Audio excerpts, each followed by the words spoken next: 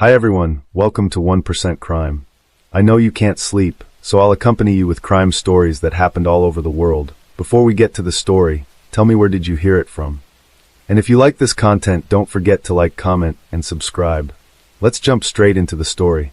Kathy Martin was born on October 25, 1959, in Houston, Texas. Kathy grew up in a peaceful and happy family. During her childhood, she was very close to her older sister.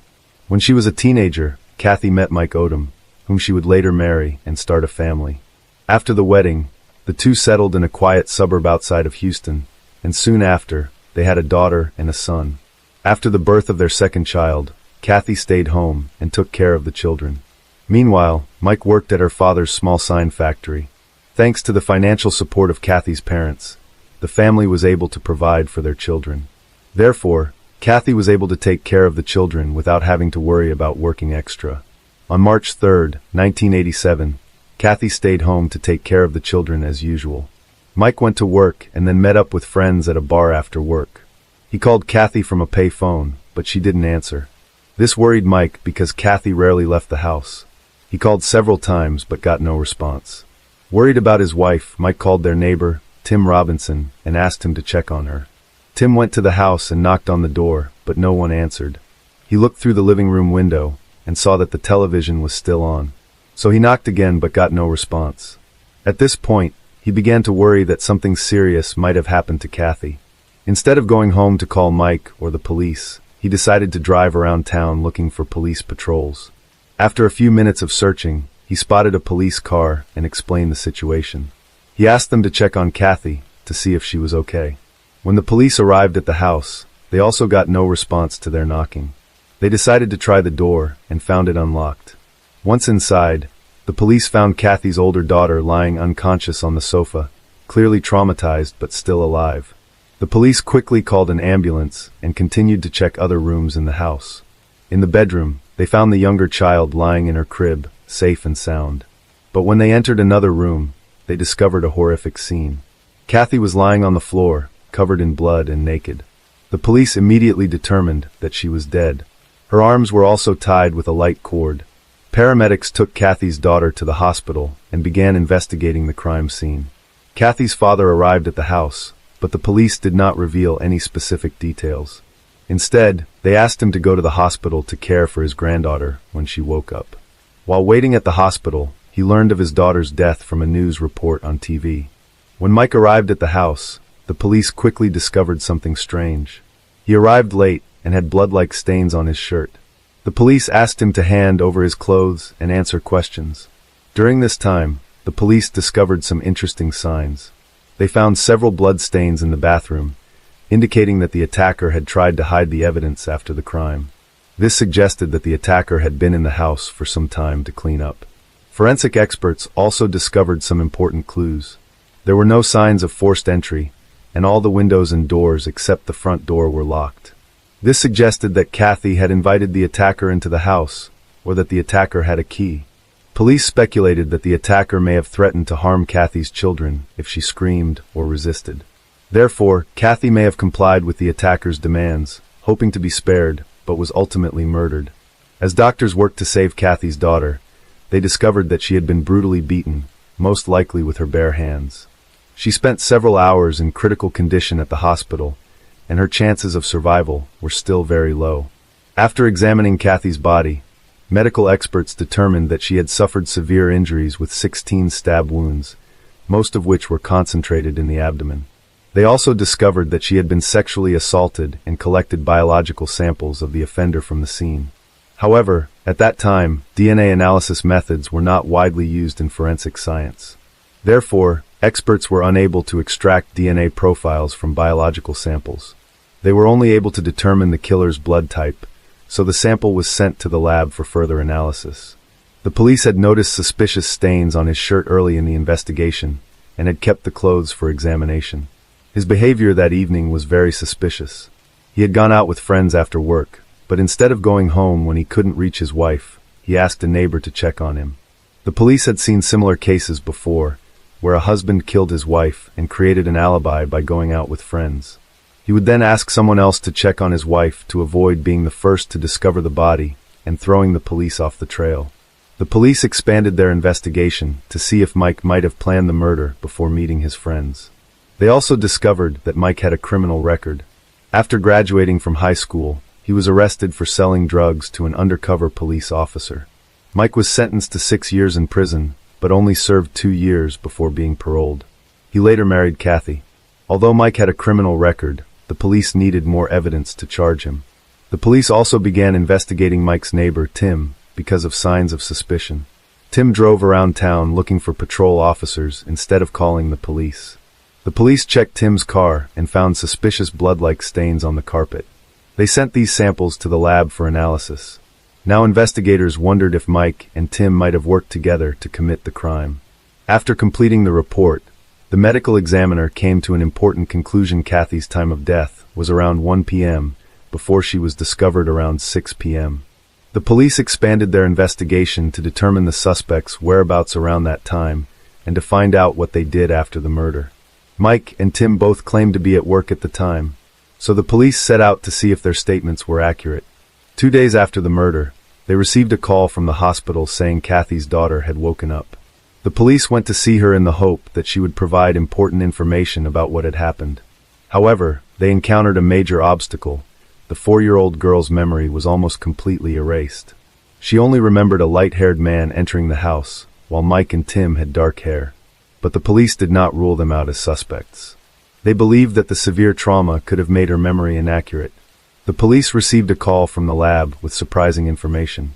Experts examined the evidence and found that the stain on Tim's car carpet was motor oil, and the stain on Mike's shirt was just paint, not evidence of a crime. In addition, many of Mike and Tim's coworkers also confirmed that they had been at work all day and did not leave until the evening. Thus, they had no opportunity to go to Kathy's house and commit the crime. The police requested a lie detector test, and the results showed that neither of them were lying. There was no conclusive evidence.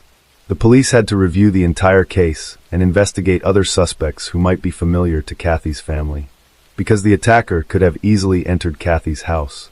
During the investigation, they had conversations with Kathy's relatives and friends to find out who they thought might have committed the crime. Many of them immediately named the same person, Greg. Greg was Kathy's brother-in-law, and her loved ones revealed that she often complained about his behavior. Specifically, according to Kathy, Greg openly flirted with her and repeatedly tried to convince her to have sex with him. Kathy also said that Greg often made inappropriate comments about her appearance, especially about her abdomen. And according to the evidence collected, we know that most of the injuries were on Kathy's abdomen. The police also knew that Greg had a history of illegal drug use and a criminal record. Therefore, the police began to suspect him and soon found some important clues. They found Greg's fingerprints matched one in Kathy's house, as well as a hair that matched his. However, it should be noted that Greg often visited Kathy's family, so it is possible that the fingerprints and hair were in the house before the murder occurred. Kathy's parents also believed that he was the one who killed their daughter. Kathy's mother specifically remembered one time when Greg visited Kathy's daughter at the hospital. When she saw Greg, she had a clear look of fear on her face. These observations suggested that she was afraid of him. However, when asked, she could not remember what happened on the day of the murder. After hearing all this information, the police summoned Greg for questioning. However, he denied any involvement in the murder and said that he was with a friend at the time. During the questioning, Greg asked to go to the parking lot because he was afraid of being fined for expired parking. However, he did not return to the police station. Greg's wife, Kathy's sister, said that on the day of the murder, Greg dropped her off at around 10:30 a.m. and picked her up at 2:30 p.m. This meant that Greg had a 4-hour window around the time of the murder, enough time for him to commit the crime. However, the police still did not find enough evidence to prove Greg's involvement in the murder. In a last-ditch effort to find more clues, the police decided to analyze a semen sample taken from Kathy's body. However, at that time, the technology only allowed for the blood type of the owner of the semen sample to be determined. In addition, the analysis of the samples collected from the case was too small to be tested. However, the police still decided to perform the test. The results showed that the blood type of the owner of the semen sample matched Greg's blood type, but this was not enough to conclude that he was guilty. As a result, the police were unable to arrest him. They continued to search for more evidence, but were unable to prove that Greg was involved in the case. Kathy's family believed that Greg was the killer. Kathy's sister Shelley still did not believe that her husband was involved in the case and continued to live with him. In the years that followed, the police continued to revisit the case, hoping to find any new clues. In 1998, 11 years after Kathy was murdered, they requested a DNA analysis on the remaining semen sample. However, experts were only able to extract a partial DNA profile, which, when compared to Greg's DNA, showed that Greg was among the 2% of the population who could match the profile. He could not be arrested based on this result. The police again called Greg in for questioning, telling him that the semen from Kathy's body matched his DNA. Greg then changed his original statement, saying that Kathy had been romantically involved with him, and that he had actually visited her on the day of the murder, but Greg insisted that she was still alive when he left. The police were suspicious of Greg's sudden change in story, because suspects often change their stories when they hear about DNA evidence. In addition, Kathy had complained about Greg's flirtations, feeling uncomfortable around him. So it was unlikely that she would have had a secret relationship with him. But the police knew that they could not convict without a perfect DNA match. The local police reviewed the case and confirmed that a guilty verdict was almost impossible, and the case was put on hold again for many years. In 2002, the police reopened the case and asked for help from forensic scientist Catherine Long. At the time, Catherine was doing groundbreaking DNA research.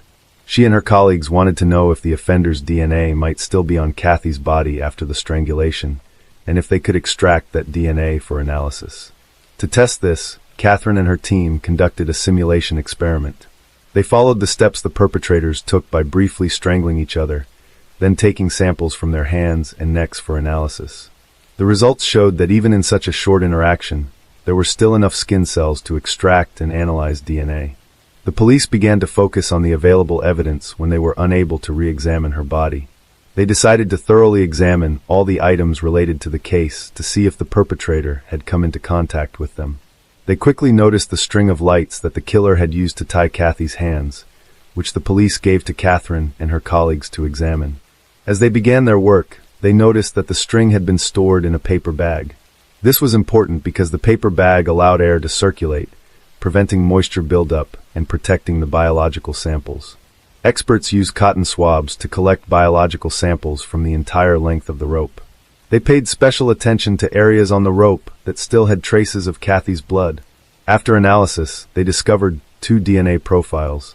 The first profile, belonging to the victim Kathy, the second profile completely matched Greg's DNA sample. The police finally had evidence that Greg was the one who tied Kathy's hands, and that he was the killer.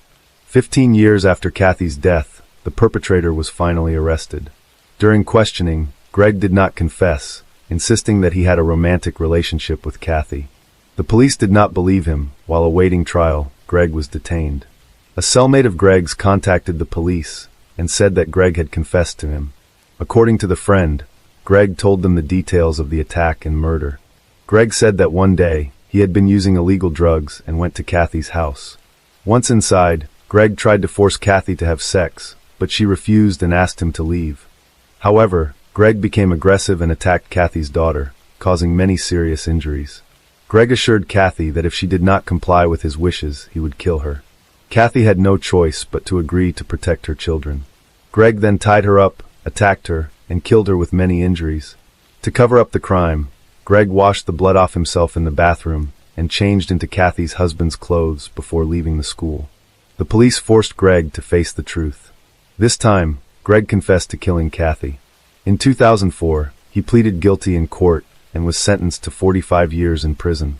However, he only served 4 years before dying at the age of 56 of liver cancer. Kathy's husband, Mike, died at the age of 45. 15 years. Kathy's family, including her parents and children, waited patiently, trusting that the police would find the killer. Although they believed Greg was the killer, they saw him continue to live with their second daughter, but there was nothing they could do. Hello friends, welcome to our channel. Today we're going to take a look at another horrible case with you. The case of Michaela Garrett. Sharon Murch and her husband, Rod Garrett, had been trying to have a child for 5 years. After numerous visits to doctors and fertility treatments, they were overjoyed when their daughter Michaela Garrett was born on January 24, 1979, in Oakland, California. Her parents affectionately referred to her as their miracle child due to the difficulties they faced in conceiving her. After that, their family soon welcomed two new members, a daughter named Libby and a son named Alex. In 1986, the family relocated to Hayward, where they settled down, established their home, and raised their children. As a child, Michaela was known for being intelligent, lively, and well-behaved. She listened attentively to her parents and followed their advice closely. Sharon was a caring and attentive mother. Sometimes it makes others feel like she's being overprotective of her children. Given the rise in child abductions in California during the 1980s, her caution was understandable. As a result, she always kept her children close to home and ensured they were never far from adult supervision. On Saturday, November 19, 1988, Michaela finished breakfast with her family. Her best friend, 9-year-old Katrina Rodriguez, stopped by to ask if Michaela could accompany her to the local grocery store to buy snacks. Initially, Sharon, Michaela's mother, refused permission. However, Michaela persisted, assuring her mother that they would be safe and return quickly. Eventually, Sharon relented and gave her permission to go with you. As a precaution, Sharon reminded they to be careful. She gave Michaela $5, then the girls eagerly grabbed their scooters and left. Before leaving, Michaela expressed her love for her mother. As Sharon watched them leave, her husband Rod decided to go outside and work on the car. Meanwhile, Sharon headed back inside to clean up the breakfast dishes. Unbeknownst to her, the next few minutes would alter her life forever. Michaela and Katrina eagerly rode their scooters to the Rainbow Market on Mission Boulevard and parked them right outside the store. The girls then entered the market to buy some snacks. They purchased 2 Mountain Dew sodas, 2 beef jerky sticks, and 2 cherry toffees before exiting the store. Engrossed in a conversation about their holiday plans, they completely forgot about their scooters. As they were about to leave the parking lot, they suddenly remembered their scooters were still outside. To their surprise, the scooters was missing. The girls decided to split up and search for it. Michaela spotted the scooter first. It had been moved about 3 parking spaces away and was now standing beside a car. Without hesitation, Michaela rushed over to the scooter and bent down to grab the handlebars. In a rapid and unexpected turn of events, a man leapt from the car and grabbed Michaela around her waist. He then forcefully pushed her into the back seat. Witnessing the shocking scene unfold, Katrina momentarily froze, her eyes fixed on the chaotic scene as her friend struggled to break free from the abductor's grasp. The car sped away from the parking space, accelerating down Mission Boulevard toward Union City. Regaining her composure, Katrina rushed back into the store and alerted the cashier, Rona Ronalyn, about the kidnapping. Rona quickly called the local police, and they were quickly present at the crime scene. Additionally, Rona also contacted Katrina's father and told them what had just happened to their daughter. Sharon was doing the dishes at home when she heard a frantic shout from outside. Her husband, Rod, burst through the front door, telling her that Michaela had just been kidnapped outside the Rainbow Market. Along with Katrina's father, they rushed to the store and found police everywhere, questioning customers and staff. Katrina was extremely upset and was allowed to go home with her father. Rod and Sharon stayed behind, hoping to get some information about what had happened. However, as Sharon waited anxiously, she couldn't shake off a growing sense of fear. Sharon recalled a poem written by Michaela. She also remembered an incident from the week before that had left her unsettled. Specifically, Sharon had woken up early one morning to find Michaela sitting at the breakfast table, writing in the early hours. Michaela's that she was writing a poem, Sharon asking repeatedly what the poem was about. Michaela finally explained that her poem was inspired by the noises she had heard coming from the attic that morning. She had been thinking about people who were kidnapped and being held captive, and her poem was about their experiences. She explained that the poem actually referred to individuals who were being detained against their will, rather than those who had been kidnapped and murdered. Sharon found Michaela's poem to be disturbing and out of character, as her daughter was typically a happy person. In hindsight, Sharon believes that Michaela may have written the poem as a kind of prophecy or premonition. The police were provided with a description of the man who allegedly kidnapped Michaela. Rona, a cashier, told them that the suspect was a white male in his 30s with a mustache. She also reported that he drove a car that was either burgundy or maroon in color, but was unable to provide details about the make or model. According to Rona, the man had parked his car and gotten out, but instead of entering the store, he looked through the window, observing the girls and other customers without entering. She suspected he might be planning to rob the store. A sketch artist created a composite picture, then distributed to local police stations and news outlets. The investigators found the scooter used in the abduction and collected it as evidence. They obtained a handprint from the scooter handle, which was added to their database to identify the kidnapper. But it did not lead to any leads. The day after the kidnapping, the Federal Bureau of Investigation (FBI) joined the investigation, they suspecting a relevance between a series of local child kidnappings, but this was ultimately not confirmed. Police soon realized that Katrina could provide more information about the suspect since she was the main witness to the abduction. 2 days after the incident, investigators visited her home. They spoke with her and her parents, and the information she provided shocked them. Her description of the kidnapper greatly differed from the one provided by the store cashier. Katrina described him as a young white male in his early 20s with dirty blonde hair, severe acne scarring, and blue eyes. Katrina vividly recalled the suspect's eyes, describing them to investigators as fox eyes. She explained that despite his look straight at her, but he didn't seem to recognize her.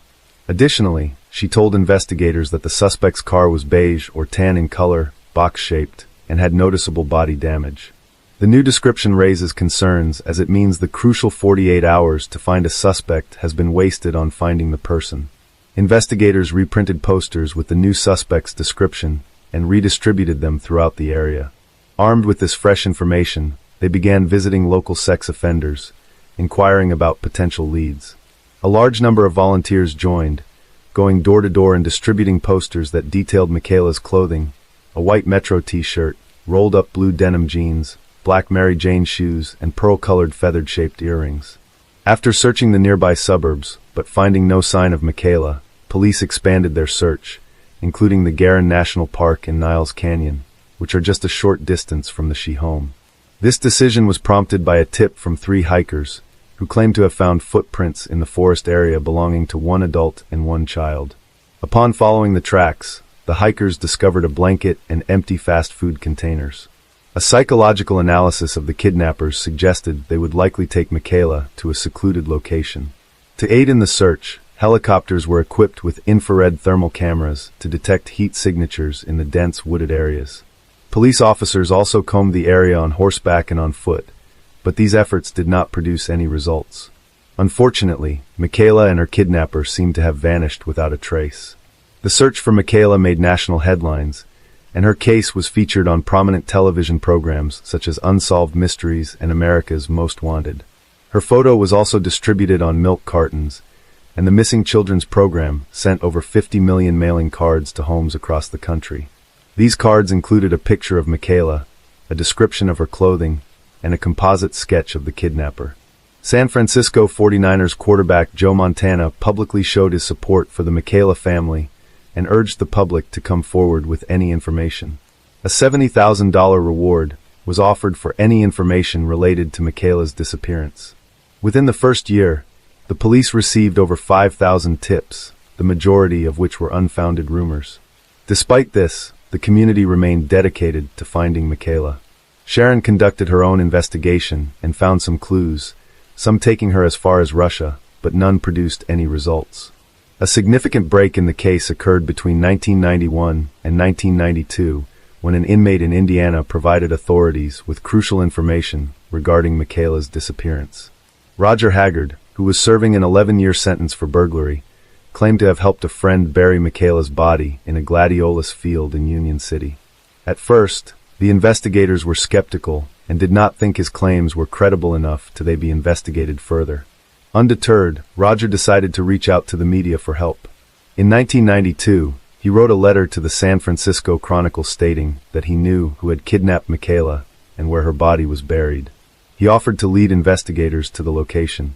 10 investigators brought Roger to California to testify before a grand jury. Roger repeated his earlier claims under oath, promised to lead investigators to Michaela's burial site and the home of her killer. The next day, a team of investigators accompanied Roger to the field where he claimed Michaela's body was buried. After 8 hours of searching, Roger confessed that his claim was false. He explained that his intention was to provide the Michaela family a sense of peace after all these years. This confession had even more serious consequences for Roger. He was charged with perjury and received an additional 6 years prison sentence, along with an order to pay $6,000 in damages to Michaela's family for giving them false hope. This development would not be the only one to shake the investigation. Authorities also kept an eye on another individual, Lawrence Binder, 43, a wastewater treatment plant worker. He appeared to be a normal man, married with a family. However, suspicions were raised when investigators received a tip from East Bay area parents about his disturbing behavior. These parents claimed that he had been sending gifts and money to young girls in an attempt to befriend them. What's more, some of the letters he wrote were written in reverse, requiring the recipient to use a mirror to decipher their meaning. As investigators dug deeper into Lawrence's past, they found that he drove a distinctive light blue van with the license plate, "Love You." The interior of the van was peculiarly decorated with photos of small children, children's drawings, and biblical verses. Furthermore, Lawrence had a previous arrest record for attempting to lure two young girls into his van, although the charges were eventually dropped. Lawrence often inserted himself into investigations of missing children. For instance, following the 1988 disappearance of Michaela, he reached out to her mother, Sharon. He also contacted Kim Schwartz, the mother of 7-year-old Amber Schwartz, who went missing in June 1988. In both cases, the mothers eventually told the police that they felt uneasy about Lawrence's persistence in contacting them and trying to stay updated on the developments in their daughters' cases. After uncovering a series of unusual circumstances, the investigation led authorities to suspect Lawrence of being involved in a series of child abductions. When Amber went missing, Lawrence wrote to the police predicting the next victim would be a 9-year-old girl. This proved true when Michaela missing. Lawrence further raised suspicions when he sending a Christmas card with a picture of a girl holding up 4 fingers to an FBI profiler. This incident took on a more ominous tone when 4-year-old Amanda Campbell went missing on December 27, 1991. Lawrence was also linked to the disappearance of Eileen Mischelhoff, a 13-year-old girl from Dublin, California. As Lawrence's name became associated with the string of child abductions, he found himself under intense media scrutiny. His unusual behavior and fascination with the cases sparked widespread public interest, leading many people to suspect he was involved. As a result, Lawrence and his family faced harassment and public backlash. However, after Lawrence sued the city of Fairfield for defamation and won, investigators began to reassess his role in the case. It became clear that he was not as involved as initially thought, and many believed he was simply trying to insert himself into the investigation. Despite the mystery surrounding Lawrence, the case remained a complex challenge for investigators. In addition, there is a new suspect, Curtis Dean Anderson. He was arrested in August 2000 and subsequently linked to a series of heinous crimes. After his arrest, Anderson confessed to the 1999 abduction and murder of 7-year-old Ziana Fairchild from the La Hope, California. During a 2007 FBI interview, Anderson made a shocking claim: he had murdered 13 additional women and girls. He also admitted to abducting and killing 7-year-old Amber Schwartz, whom he had seen standing on a street corner. However, Curtis' life ended abruptly on December 9, 2007, when he died due to kidney and liver failure. This untimely death prevented investigators from gathering more information about Curtis' past crimes. Following his confession, investigators looked into Curtis' background and found a coincidence. In 1989, he was pulled over in a brown 1977 Chevy sedan, matched the vehicle description given by a witness named Katrina. Despite Curtis' death, his confession reignited interest in a more notorious case, the kidnapping of Michaela. The renewed investigation brought new attention and generated fresh leads. However, a new development in August 2012 shed more light on the case. Wesley Shermantine, one half of the notorious Speed Freaks duo, reached out to the Stockton Record after his accomplice, Loren Herzog, took his own life in January that year.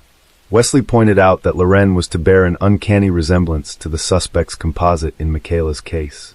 The resemblance between Loren and a kidnapper is further confirmed by Katrina's observations, which indicate that Loren shares very similar characteristics to Michaela's kidnapper. Following a lead from Wesley, investigators began excavating a well in California, where him and Loren was believed to have disposed of Michaela's remains. The excavation uncovered thousands of bone fragments, some likely belonging to Michaela. Although investigators never lost hope of solving the case, the mystery continued to baffle them. It wasn't until 8 years later that a useful clue finally emerged. The circumstances surrounding Michaela's disappearance were horrifying and had an impact on the public. However, more shocking revelations were yet to come. On December 21, 2020, the Hayward Police Department and FBI made a significant announcement in the Michaela case, revealing a surprising development. Despite initial suspicions focusing on Loren and Wesley, but then investigators charged 61-year-old David Garrick with Michaela's kidnapping and murder. Advances in technology played a crucial role in solving the case by linking David's fingerprints to those found on Michaela's scooter 32 years earlier in 1988. David Misch has been charged with the murder of Michaela and is currently in custody at Santa Rita Jail in Alameda County. An examination of David's past reveals a disturbing pattern of crime that dates back to his teenage years. Born on February 19, 1961 in Chicago, Illinois, little is known about David's upbringing. However, by the age of 16, he had already become involved in criminal activities. In 1977, he was convicted of breaking into a house, where he sexually assaulted a maid at knife point.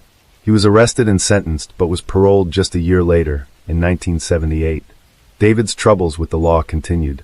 In February 1979, he was arrested for charges of false imprisonment and assault with a deadly weapon, which were later updated to assault with intent to rape. Despite this, he became eligible for parole in September 1981. Years later, in May 1988, David was arrested for burglary at a San Leandro grocery store. He was sentenced to 1 year in prison and 1 year of probation. In November of the same year, he was released from custody after 6 months. However, his luck eventually ran out in December 1988. That year, a tragic incident happened to his longtime friend Margaret Ball, who was 38 years old. She often helped him in times of need, but the nature of their relationship took a drastic turn. Margaret's dead body was discovered by her stepdaughter in a pool of blood, brutally beaten and stabbed.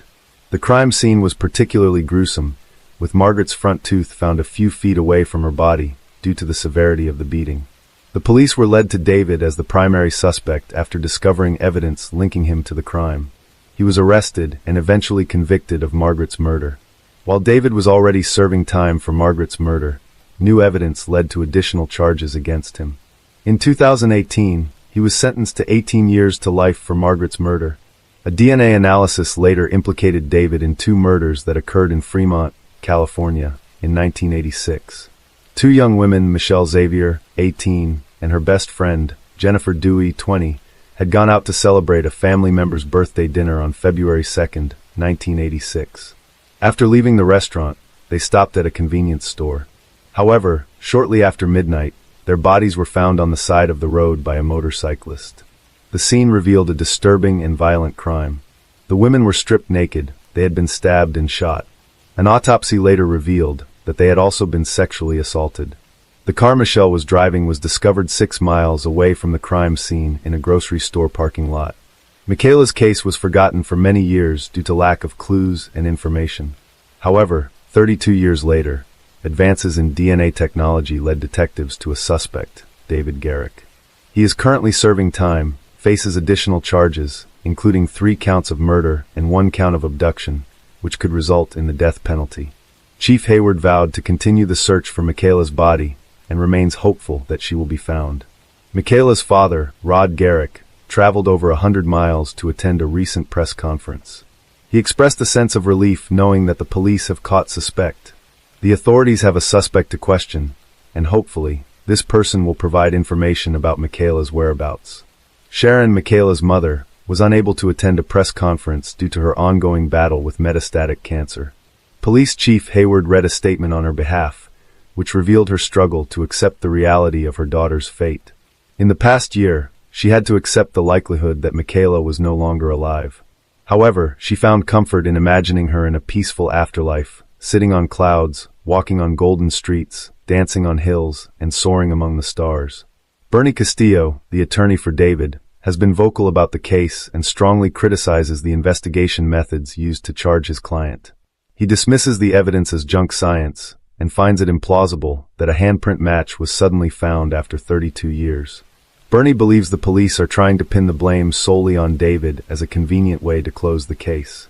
Meanwhile, Katrina, Michaela's close friend and witness to the case, has been carrying guilt over still remembers the tragic incident that occurred that Saturday morning. She feels that it should have been her, as the scooter that was moved belonged to her. This burden of guilt has caused Katrina to suppress memories of her childhood. In contrast, Sharon, Michaela's mother, dedicated her life to finding her daughter. Initially, she waited anxiously for news at the telephone and later turned to the internet for answers. However, after David was charged with Michaela's murder, Sharon's fight for justice began to fade due to her cancer diagnosis. She eventually passed away in May 2022, finding solace in the fact that she would soon be reunited with her daughter. A new twist has arisen in the complicated case of David, who is currently awaiting trial for his alleged involvement in the kidnapping and murder of Michaela, as well as the murders of Michelle and Jennifer. The search for justice for Michaela has been going on for decades, but may now face a significant obstacle. It seems David, the suspect, might not face the severity of the punishment for the allegations against him. In contrast, David's defense attorney, Ernie, viewed the news as validation, stating that each case against David relies on questionable forensic tactics. Ernie was not surprised by the decision, as it confirms his long-held belief that the prosecution's case has significant weaknesses. Others, however, disagree with the decision. Chuck Euler, a retired lieutenant who worked on another case involving David, believed he should receive the maximum sentence for his crimes. David is currently awaiting trial for 3 counts of murder and 1 count of kidnapping. His case is closely tied to the mysterious disappearance of Michaela, a story filled with unexpected twists and turns. However, the investigation was marred by an initial case of mistaken identity, leading police to waste valuable time in the first 2 days. As a result, Michaela's family was left searching for answers for decades. Hi everyone, thanks for returning. Let's unravel another perplexing mystery, the case of Michelle Hadley. Michelle Hadley was born on December 20th, 1986, in Upland, California. She is the eldest daughter of a business family and was raised in a strict, conservative family. Michelle grew up with a younger sister and had a close relationship with her parents. During her school years, Michelle led a relatively normal life. Michelle's friends describe her as polite and kind, with a straightforward personality who always says what she thinks. Whenever there are disagreements, she tries to resolve them. Michelle was diligent from a young age, consistently completing her tasks and responsibilities. During her high school years, she was in a long-term relationship with a boyfriend. The couple were together for many years and finally decided to get married in 2008. However, she soon discovered that marriage did not bring her the happiness she had hoped for. After 4 years, the couple's relationship began to deteriorate, and they eventually decided to divorce. In 2013, Michelle's life took a turn for the better when she met Ian Diaz, who was 9 years her. For Michelle, the relationship felt like destiny. Ian was a U.S. Marshal and Michelle worked in marketing. Initially seemed well suited to each other. The two met through an online dating site, and after a whirlwind romance, they decided to move in together by the fall of 2014. Ian proposed to Michelle, and they started making wedding plans. Initially, their marriage seemed perfect. However, Ian's true nature slowly began to emerge. At first, Michelle didn't notice the changes in Ian's behavior and attributed his actions to personality. As time went on, Ian's personality changed for the worse. He became more destructive to himself and emotionally hurtful to Michelle, causing her to be shocked, devastated, and extremely confused. Michelle came from a conservative family, and Ian would sometimes ask her to wear revealing clothes that made her feel uncomfortable. Despite her reservations, Michelle went along with her husband's requests, thinking he was just trying to spice up their relationship. However, Ian noticed that she gave in easily and began making even more daring requests. Eventually, Ian asked Michelle to get her belly button pierced, a request she was initially hesitant about, but ultimately agreed to. However, Ian increasingly pushed the limits. His requests began to become more and more strange. He asked Michelle to quit her marketing job and work at Disneyland, a place he loved and had previously worked at as a deputy U.S. Marshal. Perhaps Ian wanted to keep an eye on his wife, and working somewhere where he still had a relationship made sense to him. Ian justified his suggestion by saying he wanted Michelle to be safer, but in reality, he was seeking greater control over her life. Initially, Michelle found the request peculiar, but driven by her love for her husband and her desire to please she agreed. However, as time passed, Michelle began to feel uneasy about the arrangement. She found herself becoming a different person, one that she no longer recognized. She then confided in her husband, but instead of listening to her, he became angry and violent. Afterward, Michelle and Ian decided to purchase a condominium together, hoping that owning a home would strengthen their bond. This decision was made about 2 years after they first met. The couple began their search for a condo in 2015 and eventually found one they liked in downtown Anaheim, although it was slightly more expensive than they had budgeted for, at $470,000. At the time of the purchase, Michelle had no idea that Ian didn't plan to contribute to the mortgage payments. When the first payment was due, Ian claimed he was experiencing financial difficulties, but he assured Michelle that he would pay the next month's installment. She proceeded with the $144,000 down payment. She handled the paperwork and finalized the purchase, thinking everything was in order. However, in retrospect, it was clear that their relationship was already deteriorating. The situation worsened after they bought the condo. Although the deed had both of their names on it, it became evident that Ian wanted the condo for himself, while Michelle was the only one shouldering the mortgage payments. One summer evening in 2015, Michelle and Ian got into a violent altercation in the car. Ian physically attacked Michelle, causing minor injuries. In the aftermath, Michelle composed a distressing email to her sister detailing the events, but unfortunately never sent it. As the summer drew to a close, nearly 2 months after purchasing their condo, Michelle decided to leave Ian and move in with her parents. Despite no longer living in the condo, Michelle was still responsible for paying the mortgage. This decision would later become a contentious issue in their relationship. In fact, Ian continued to skip the mortgage payments, infuriating Michelle. Around this time, Michelle had stepped down from her high-paying job and was working at Disneyland, a position she disliked. Furthermore, her new job paid significantly less than her previous one. In an attempt to address the mortgage issue amicably, Michelle reached out to Ian via email, phone calls, and texts. However, he deliberately ignored her messages, which escalated the situation. The tension between them reached a boiling point, prompting Michelle to confront Ian in person. Ian's answer was shocking. He never planned to pay the mortgage, which made Michelle furious. Michelle found herself in a difficult situation and decided to take action. She emailed Ian, warning him that his behavior would have serious consequences if he continued. However, this email only made Ian angrier, and he responded by filing a restraining order against Michelle. The police did not fully support Ian's request, as they determined he shared some blame in the matter. When Michelle discovered Ian's request to obtain a restraining order, she countered by pointing out his failure to pay the mortgage on their jointly owned condominium. To resolve the issue, they agreed to hire property lawyers and eventually came to a settlement.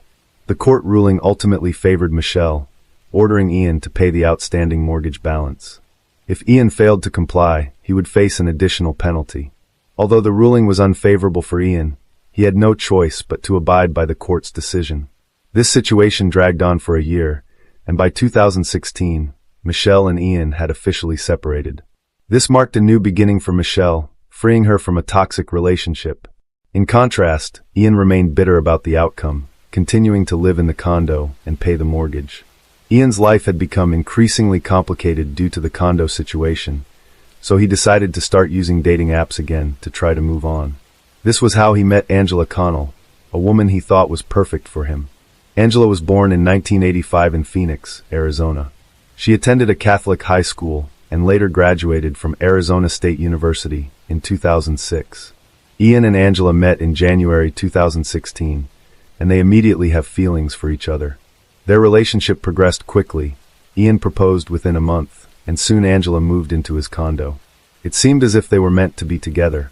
By May 2016, Angela announced she was expecting twins, which made Ian incredibly happy. However, their happiness was short-lived when Angela received a threatening anonymous email, saying she was not the right person for Ian.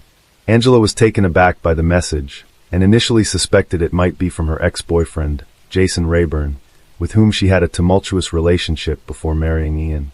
However, something didn't add up. She had cut off all contact with Jason after their breakup, so he doesn't know about her new relationship with Ian. It wasn't until Ian brought up the topic of the condo, which was purchased by his ex, Michelle, that Angela realized Michelle might be the one sending the messages. As time passed, Angela received more emails from different accounts. The emails all contained similar information, but were worded differently. Intrigued, Angela responded to one of the messages, asking the sender to reveal their identity. To her surprise, the sender claimed to be Michelle Hadley. Angela demanded that Michelle stop contacting her, but the emails continued. The tone of the subsequent emails escalated, leaving Angela feeling threatened and fearful for her life. Afterward, she decided not to take any chances and sought a restraining order against Michelle.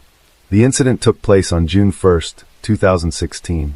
Angela stated to the police that an email from Michelle had left her feeling fearful and anxious. She expressed concern about leaving her home due to the threatening content of the emails, and she feared being attacked or killed if did so. In response to the severity of the situation, the court granted a restraining order against Michelle. A short time later, in June 2016, Michelle seemed to have moved past the troubles of her previous relationship. One evening, after meeting a friend, she returned home to find a team of police officers waiting for her in her driveway. Michelle was taken aback but cooperated peacefully with the officers and was taken in for questioning regarding a restraining charge. During the interrogation, Michelle denied knowing Angela or sending the threatening emails mentioned by the officers. She claimed she was being framed, citing 2 alerts she received a week earlier. The first was from Google, stating her email account had been shut down. The second was from Microsoft, stating her primary email was being used as a recovery email from multiple unknown email addresses. Michelle reported this suspicious activity to the Anaheim Police Department, suspecting her ex-husband of impersonating her.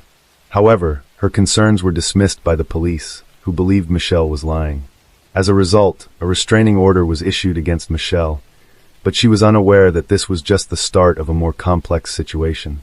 Things took a dark turn after Michelle was served with a restraining order. However, things became more intense. Angela soon receiving emails responding to a Craigslist ad that she hadn't posted herself. The disturbing ads described a sexual coercion fantasy and included intimate details about Angela's life. The emails contained her phone number, condo address, and even the breed of her dog. It was clear that someone had created an account in her name, but what was particularly unsettling was how they had access to such precise information. Ian and Michelle were the only ones who knew Angela's condo address. She suspected Michelle, but thought that was unlikely. Fear had taken over her so much that she didn't even want to leave her house. The thought of someone knowing her address and watching her all the time made her extremely uneasy. Not knowing who was behind it made her feel even more scared. On June 24, 2016, just days after posting the Craigslist ad, Angela was attacked, and her life was put in danger. Bruises covered her neck, her clothes were torn, and she had a severe head injury from being slammed into a wall. Despite her condition, Angela quickly called 911. When the police arrived, they questioned her about the assault, and Angela revealed that Michelle was her attacker. This time, the police decided to take stronger action against Michelle. They believed that a restraining order would not be enough to protect Angela, and they made the decision to arrest Michelle. While Michelle was in jail, she managed to contact her parents, who were conservative. Her parents were determined to handle the situation discreetly. They posted Michelle's bail of $10,000, made possible by their financial stability as successful business owners. Angela started receiving harassing emails after the incidents. Interestingly, the emails she received came from Michelle's personal email address. However, it's unclear if Michelle actually sent them. On July 13th, Angela contacted 911 because she saw a strange man outside her condo.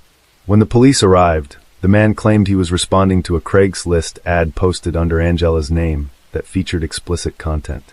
Further investigation led the police to discover that the ad was created from an account linked to Michelle. This raised questions about Michelle's potential involvement and whether she may have provided false information to the police.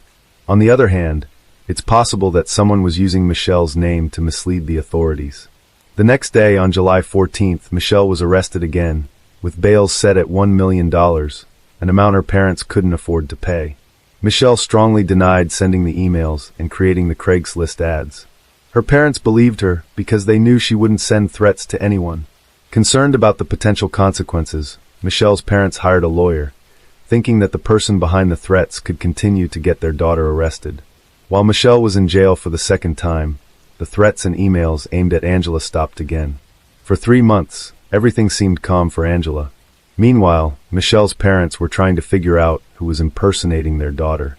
They gathered their daughter's records, including school and hospital records, to see if they could find any weaknesses in the case against her.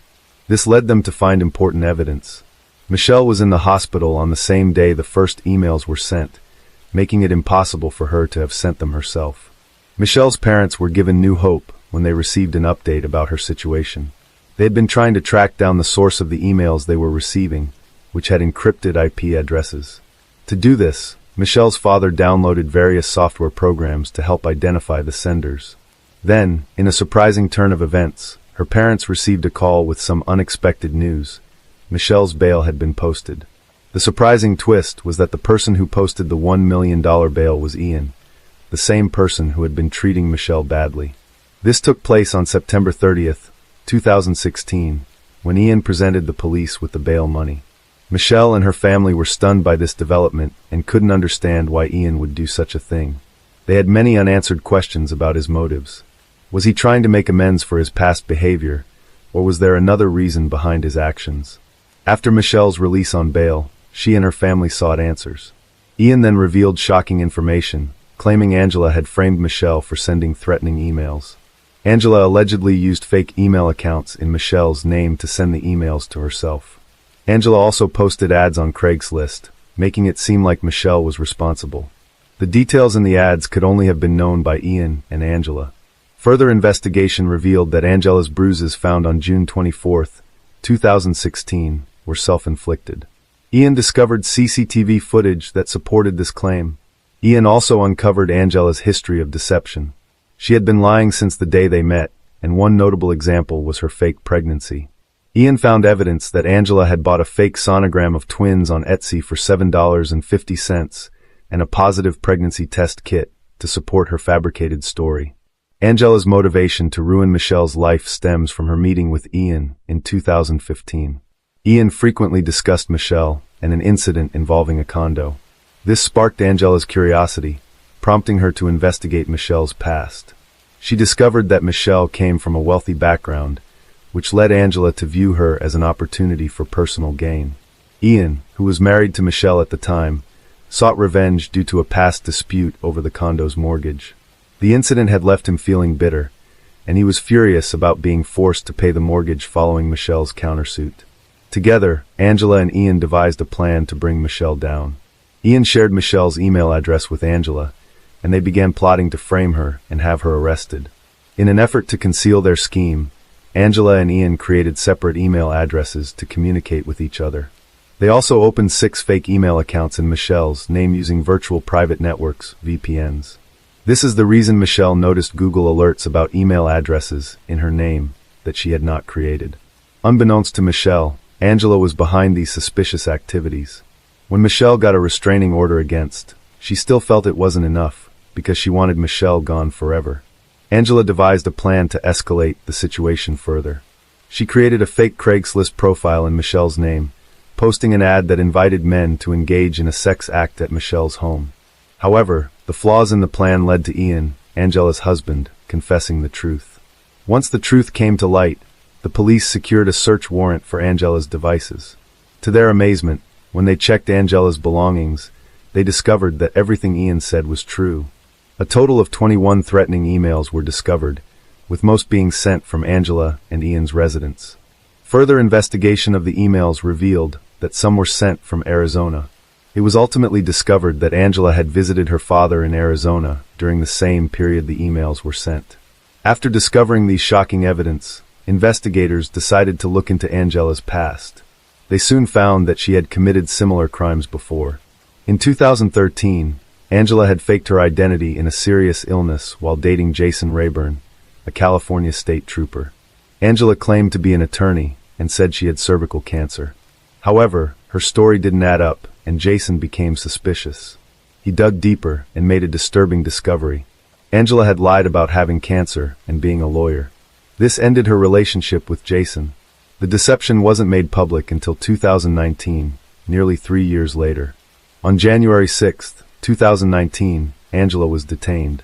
She pleaded guilty to 10 felonies, including perjury and false imprisonment. She was sentenced to 5 years in prison. The Orange County District Attorney's Office quickly cleared Michelle's name of the wrongful charges. 3 days later, Michelle's assault and threatening charges were officially dropped. This marked the end of a long and painful ordeal for Michelle. Although the ordeal has ended, Michelle still bears the scars of her wrongful conviction, including the time she spent in jail. She had to give up her MBA classes and lost her job after being wrongfully arrested.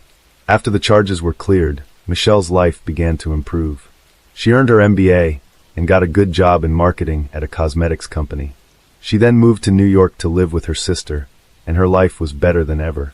Ian, on the other hand, separated from Angela and sold their condo for $500,000. However, in 2021, Ian's life took a turn for the worse. He was arrested and charged with planning, carrying out the plot to frame Michelle. As a result, he received a 5-year prison sentence and was convicted of perjury. Hello friends, welcome to our channel. Today we're going to take a look at another horrible case with you, the case of Natalee Holloway. 18-year-old Natalee Holloway, who disappeared while on a trip to Aruba, an island in the southern Caribbean Sea near Venezuela. In May 2005, a group of 124 students from Mountain Brook High School, accompanied by 7 chaperones, traveled to Aruba to celebrate the start of their adult lives. The students stayed at the Holiday Inn and had access to beaches, palm trees, restaurants, and local entertainment venues. They spent 5 unforgettable days on the island, enjoying themselves with swimming, sunbathing, dancing, and partying. However, on the day of their return, Natalee Holloway was nowhere to be found. Her belongings, phone, and passport were still in the hotel, but she had vanished. Her mother, Elizabeth Twitty, was the first to raise the alarm and reported her concerns to one of the chaperones. Elizabeth recalled that at that moment, her heart sensed something was wrong, as her daughter was obedient and always stayed in touch. Natalee's mother and stepfather immediately flew to Aruba to search for her. Upon arriving, Elizabeth was able to find out more information than the police did, as the authorities seemed uninterested in starting a search. The police told Elizabeth that cases like this are not rare, and that people often miss their planes or get lost in bars or with new acquaintances. However, Elizabeth knew her daughter and was convinced that something was seriously wrong. Natalee Holloway was last seen leaving Carlos and Charlie's nightclub with 17-year-old Jan, a local regular, who had offered her a drink. They left with 2 other young men in a silver Honda car. For hours later, Natalee's mother, Elizabeth, contacted the police again with concerning information, leading to the detention of the trio. Initially, Vanda Slot denied knowing Natalee, but later admitted to leaving the bar with her. They drove around, visited the beach, and then dropped her off near the hotel. His friends Deepak and SES Kalpo confirmed his account. Natalee was born on October 21, 1986, in Clinton, Mississippi, to Elizabeth and David Edward Holloway. Her parents loved each other dearly, but divorced after 13 years. Natalee and her brother stayed with their mother, but their father remained supportive emotionally and financially. In 2000, Elizabeth remarried to George Twitty, and Natalee moved to Mountain Brook. The move was smooth, and she made new friends easily due to her sociable nature. Her family was devout, attending church every Sunday, which influenced Natalee's upbringing. Relatives remembered her as kind, modest, and beautiful, with a radiant smile. Natalee was an excellent student, engaged in dance, and participated in various clubs. She dreamed of pursuing a career in medicine, and had chosen a local university for a substantial scholarship. At the time, she had promising life prospects and was excited about an upcoming trip. Elizabeth believed her daughter was unlikely to trust a stranger or get into a car with him. Surveillance footage from the bar confirmed her suspicions, showing Natalee's behavior changed after drinking a beverage offered by Jan, suggesting she was under the influence of some substance. The staff at Carlos and Charlie spoke well of Natalee, but Vanda Slot had a questionable reputation, often behaving poorly, indulging in gambling, and consuming forbidden substances. He had previously recorded and uploaded videos of his exploits to the internet, but was never held accountable due to his father's influence as a well-known lawyer aiming for a judgeship. The disappearance of Natalee sparked a nationwide search, with the island authorities launching an extensive operation to find her. Volunteers, divers, and specially trained dogs were deployed to cover a vast area. The government even declared a public holiday, and 50 Marines combed the coastline. An airplane equipped with thermal imaging scanned over 40 kilometers of terrain, but Natalee seemed to have vanished into thin air. On June 30th, investigators discovered that there was no footage of Natalee entering a building, which contradicted the statements of Jan and the Kalpo brothers. The police brought them in for questioning again, and this time, the younger Vanda's slut unexpectedly changed his story. He claimed to have dropped Natalie off at a location without surveillance, not near the hotel, and added that he saw a figure in black moving towards her. Hotel security staff who were on duty that night were detained, with investigators suspecting they might have intercepted Natalie on her way. On June 9th, detectives arrested the suspicious trio, and one of the security guards shared a cell with the Kalpo brothers. The guard learned a crucial detail. Setish confessed that he and Deepak had lied to cover for their friend, leaving Jan alone with Natalie on the beach. The security guards were released on June 13th, and on June 17th, another suspect, Steve Gregory Cruz, a DJ, was detained. The police suspected his involvement in Natalie's disappearance. On June 22nd, Paulus Vanda's slut was brought in for questioning and detained, but he was released on June 26th due to insufficient evidence. Jan offered a third explanation of the events, trying to shift the blame onto the Kalpo brothers, claiming he parted ways with Natalie near his home, and she left with them. However, his story was not taken seriously. A lawyer defended Setish and Deepak, and on July 4th, after a brief trial, the Kalpo brothers were released. Jan Vanda's slut, born on August 6, 1987, in Arnhem, Netherlands, was one of 3 brothers in a large family. He was a good student, excelled in sports, and planned to attend St. Leo University in Florida. Jan's childhood was marked by a strained relationship with his mother, Anita, an art teacher, who considered him an incubator liar. He grew up rebellious, often ran away from home, and fell in with a bad crowd, developing a penchant for gambling. Despite this, he presented himself as cool and fearless to his friends. Locals were suspicious of Jan's lenient attitude, fearing it would lead to trouble. However, he was popular among girls and often took advantage of them. As the investigation into the suspects continued, the search for Natalie persisted. U.S. authorities closely monitored the progress and provided substantial financial support. Despite the scrutiny, the Holloway family was desperate to find their daughter alive and announced a monetary reward, which initially started at $50,000. As hope dwindled, the reward increased to $1 million. Additionally, $100,000 was offered for information leading to the location of her remains, which later increased to $250,000. During this time, the investigation hit several dead ends. However, after the reward announcement, new witnesses emerged. One claimed to have seen Jan with the Kalpo brothers at a local night spot between 2:30 and 3 a.m. Another witness claimed to have seen several suspicious men hiding a woman's body at a dump on the afternoon of May 30th. However, these statements led the investigation astray, and after numerous checks, their claims were not corroborated. On August 26th, the police detained the Kalpo brothers and another young man, but these actions were unrelated to the case. The arrest was more about intimidation and an attempt to get them to talk. Ultimately, on September 3, 2005, all 4 were released on bail. A week and a half later, the court removed all restrictions and prohibitions, as none provided any substantial leads to the investigation.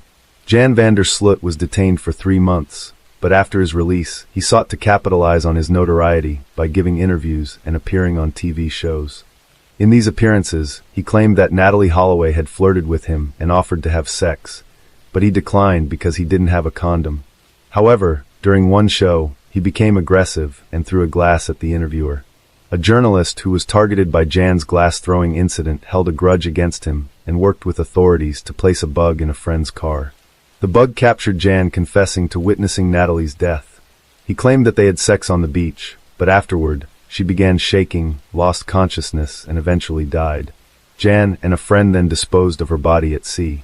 Despite this confession, Jan managed to avoid consequences by denying the statement on another TV show, claiming he had only told his friend what he wanted to hear. In 2007, Jan released a book, The Case of Natalie Holloway, my own account of her disappearance in Aruba, in which he presented his side of the story and apologized to Natalie's family. By this time, the official investigation had largely stalled. In 2008, 2 new witnesses came forward. The first reported seeing Jan and his father on the beach around 4 a.m. on the night Natalie went missing. The younger Vander Slut appeared disheveled, and the witness saw him arguing with his father in a car before they drove away.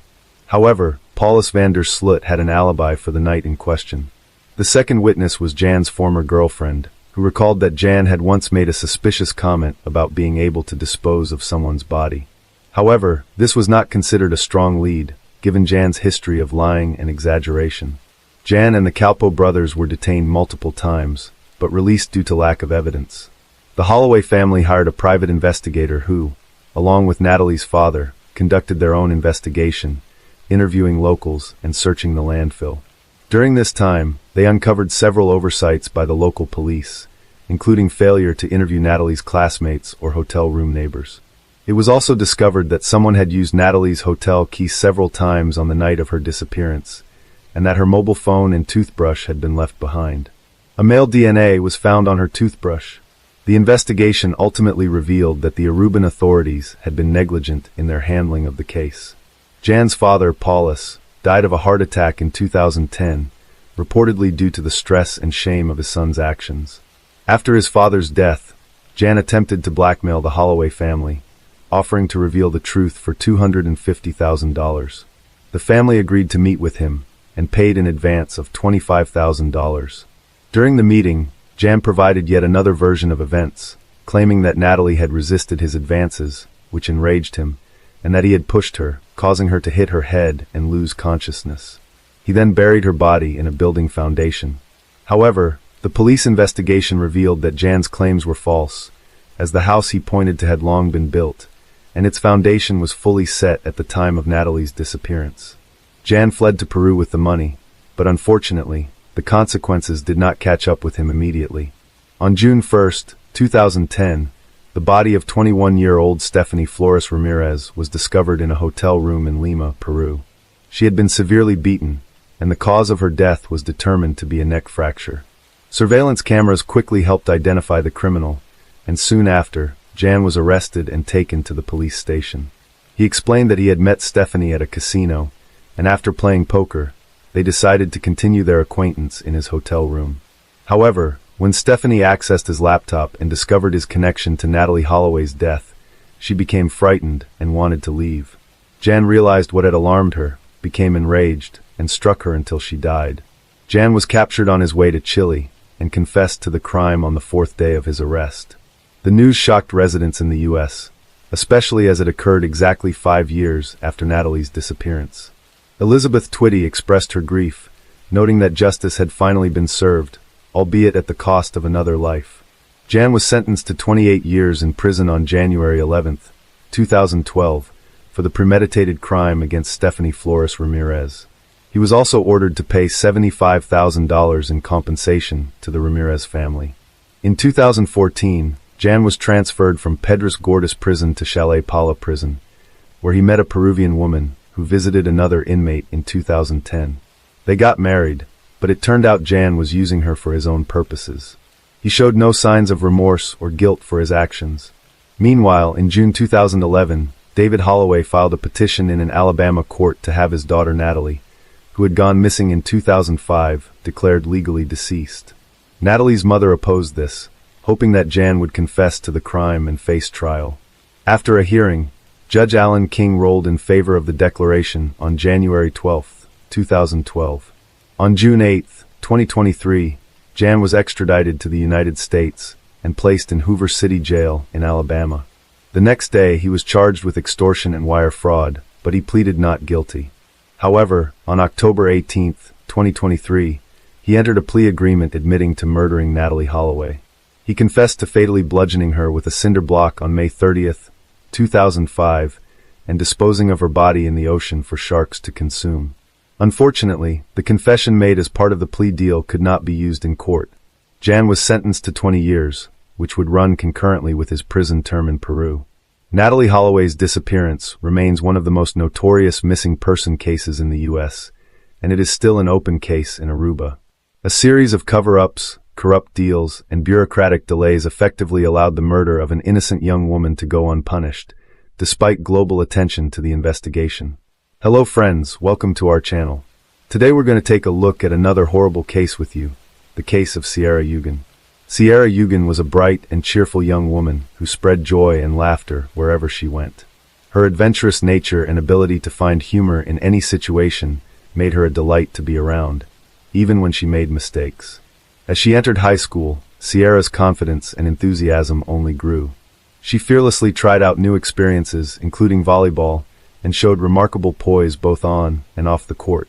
After returning from a family vacation on July 19, 2016, Sierra was excited to start the new semester at the University of Toledo, where she had plans to study abroad. She had recently bought a new bike and was eager to take it for a spin. Her mom wanted to discuss her study abroad plans with her, but Sierra decided to visit her boyfriend Josh's house, which was 7.12 miles away beforehand. Sierra left her house in high spirits, wearing shorts and a tank top, and promised her mom she would be back by 10:05 p.m.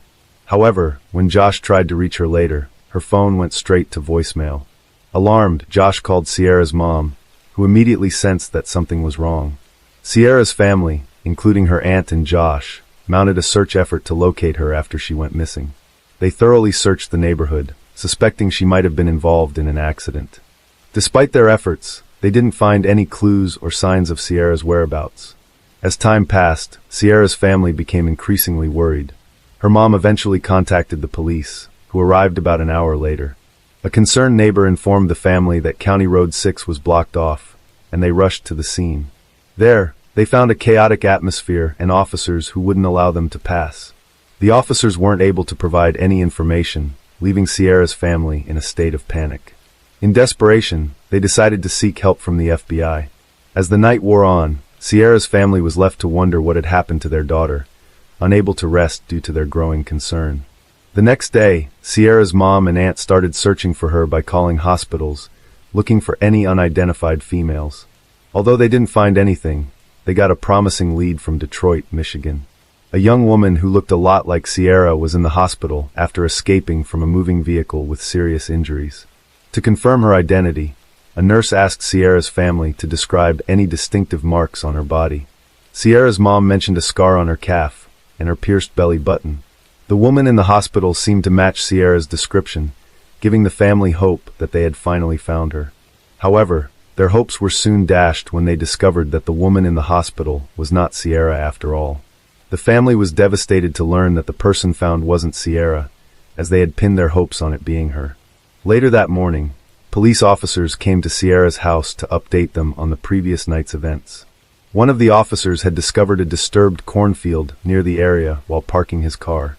He noticed signs of a struggle inside the cornfield and found a motorcycle track. To avoid contaminating potential evidence, he retreated without touching anything. As he retreated, he caught a glimpse of something shiny that turned out to be Sierra's purple bike. Further investigation revealed several items at the scene, including male and female sunglasses, a bloody sock, and a screwdriver. Based on these findings, the police believed that Sierra had likely been abducted from that location. Detectives investigating Sierra's disappearance interviewed her friends and family to learn more about her boyfriend, Josh. They found out that Sierra and Josh had been close friends since childhood, starting from when they were just 7 years old. As they grew older, their friendship turned into a romantic relationship in their first year of high school, and they became known for being a happy and adventurous couple. Skiing was one of their shared hobbies, and they would often go skiing together. After high school, Sierra went to the University of Toledo while Josh attended Bowling Green. Despite the physical distance between them, they remained committed to each other and would often talk about getting married someday. However, Sierra wanted to focus on her education before settling down, showing how dedicated she was to her studies. Despite the challenges of being apart, their relationship remained strong and serious. On July 19th, detectives learned that Sierra had visited Josh's house in the early afternoon. She left his house around 6:30 p.m. to return home, and Josh, concerned for her safety, accompanied her on his motorcycle for part of the way. However, after a few miles, Sierra insisted that Josh turn around and let her ride her bike the rest of the way home alone. Josh reluctantly agreed, and they parted ways. Josh headed back on his motorcycle, while Sierra continued riding her bike. During the investigation into Sierra's disappearance, detectives found motorcycle tracks in the cornstalks near Sierra's bike. This discovery raised a key question. Did these tracks come from Josh's motorcycle? The detectives couldn't ignore this potential connection, and began investigating further to see if they could link Josh to the scene of Sierra's disappearance. They set up a command post to gather and analyze any relevant clues. A promising lead emerged quickly. A local resident came forward, saying he had found a motorcycle helmet on the side of the road on July 14th while driving. He picked it up and stored it in his truck. After learning about Sierra's disappearance, he examined the helmet more closely and discovered red stains that appeared to be blood. The helmet was found in the same general area where Sierra's bike was discovered in the cornfield. The detectives asked Josh about his motorcycle helmet, and to their relief, he produced it, confirming he had it with him. They also verified his alibi by speaking with his parents, like ruling him out as a suspect. Although visibly shaken, Sierra's family never considered Josh responsible for her disappearance. The detectives were determined to identify the owner of the blood-stained helmet, recognizing the significance of DNA evidence. They sent the helmet to the crime lab for testing, anticipating a potential breakthrough. The detectives waited patiently for the results, hoping it would lead them closer to solving the case. The news of Sierra's disappearance spread quickly throughout the town, prompting the community to come together to search for her. Citizens joined forces, organizing search parties that scoured every possible area, searching for any clue that could lead to her whereabouts. As the townspeople worked tirelessly to bring Sierra home safely, they felt a strong sense of unity. To show their support, the community organized a candlelight vigil at the local high school. The atmosphere was emotional, filled with grief, hope, and determination. Hundreds of people gathered, holding candles and sending their thoughts and prayers for Sierra's safe return. After 2 days of investigation, the police received a tip about a suspicious van seen speeding through the area. They suspected that Sierra might have been taken in the van, possibly falling victim to sex trafficking. The police received a tip about a license plate number linked to a van that was speeding through the area where Sierra went missing. They interviewed the van's owner, who explained that he had sped up because another vehicle had suddenly approached from behind, possibly a family member searching for Sierra. This had startled him, causing him to quickly leave the area, which may have given the impression that he was involved in Sierra's disappearance. After 48 hours of investigation, the police had no leads on Sierra's whereabouts. As each day passed, her family's hopes of finding her alive were dwindling. The police continued their door-to-door search, which eventually led them to a nearby farm that belonged to James Worley. The farm had several structures, including a house, a trailer, and a large barn. The police questioned James Worley about the day Sierra disappeared, hoping to get any information that could help them find her. To the detective's surprise, James revealed that he had been riding his motorcycle on the day Sierra went missing. However, he claimed that his bike had broken down, causing him to lose some items, including a screwdriver and his helmet. The detectives were stunned, as these were the same items found at the scene of Sierra's abduction. This revelation raised significant suspicions about James. The detectives were determined to investigate further and question James about Sierra's disappearance. They noticed scratches on his face, indicating that he had been involved in a struggle. This discovery only increased their suspicions and raised more questions. They wondered if the scratches were the result of a confrontation with Sierra. The detectives decided to investigate James's background, hoping to uncover relevant information. What they discovered sent chills down their spines. James had a dark criminal history, including a previous attempt to abduct a 26-year-old woman named Robin Garter on July 4, 1989. On that day, Robin was getting ready for a neighborhood picnic when she decided to go for a bike ride. As she rode, she became thirsty and contemplated returning home. However, before she could make that decision, a car approached from behind and collided with her bike. The impact sent Robin flying into a nearby ditch. The driver, who later turned out to be James, approached Robin and asked if she was okay. However, he soon revealed sinister intentions, striking her in the back of the head and threatening her life with a screwdriver. He forced her into his car, attempting to handcuff her. Robin resisted fiercely, preventing him from securing the second cuff. Despite being on the verge of losing consciousness, Robin continued to fight. She screamed for help, but her cries were drowned out by the desolate cornfields. Just as she was about to give up, she heard a motorcycle approaching. The rider noticed her distress and stopped to help. Robin escaped by climbing onto the back of the motorcycle, leaving her captor behind. The motorcyclist drove Robin home, where she collapsed. Her mother called the police and an ambulance, and Robin was rushed to the hospital.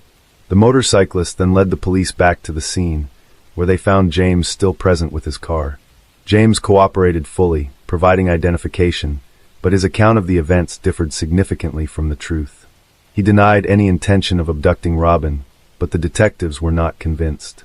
James Worley claimed that he had to restrain Robin with handcuffs after a bike accident to prevent her from harming herself, not to harm her. He said he was concerned about her well-being and wanted to get her help. However, James had a dark past. In 1989, he was arrested for trying to kidnap Robin and was found guilty, receiving a 6 to 10-year sentence. Due to good behavior, he was released after 3 years.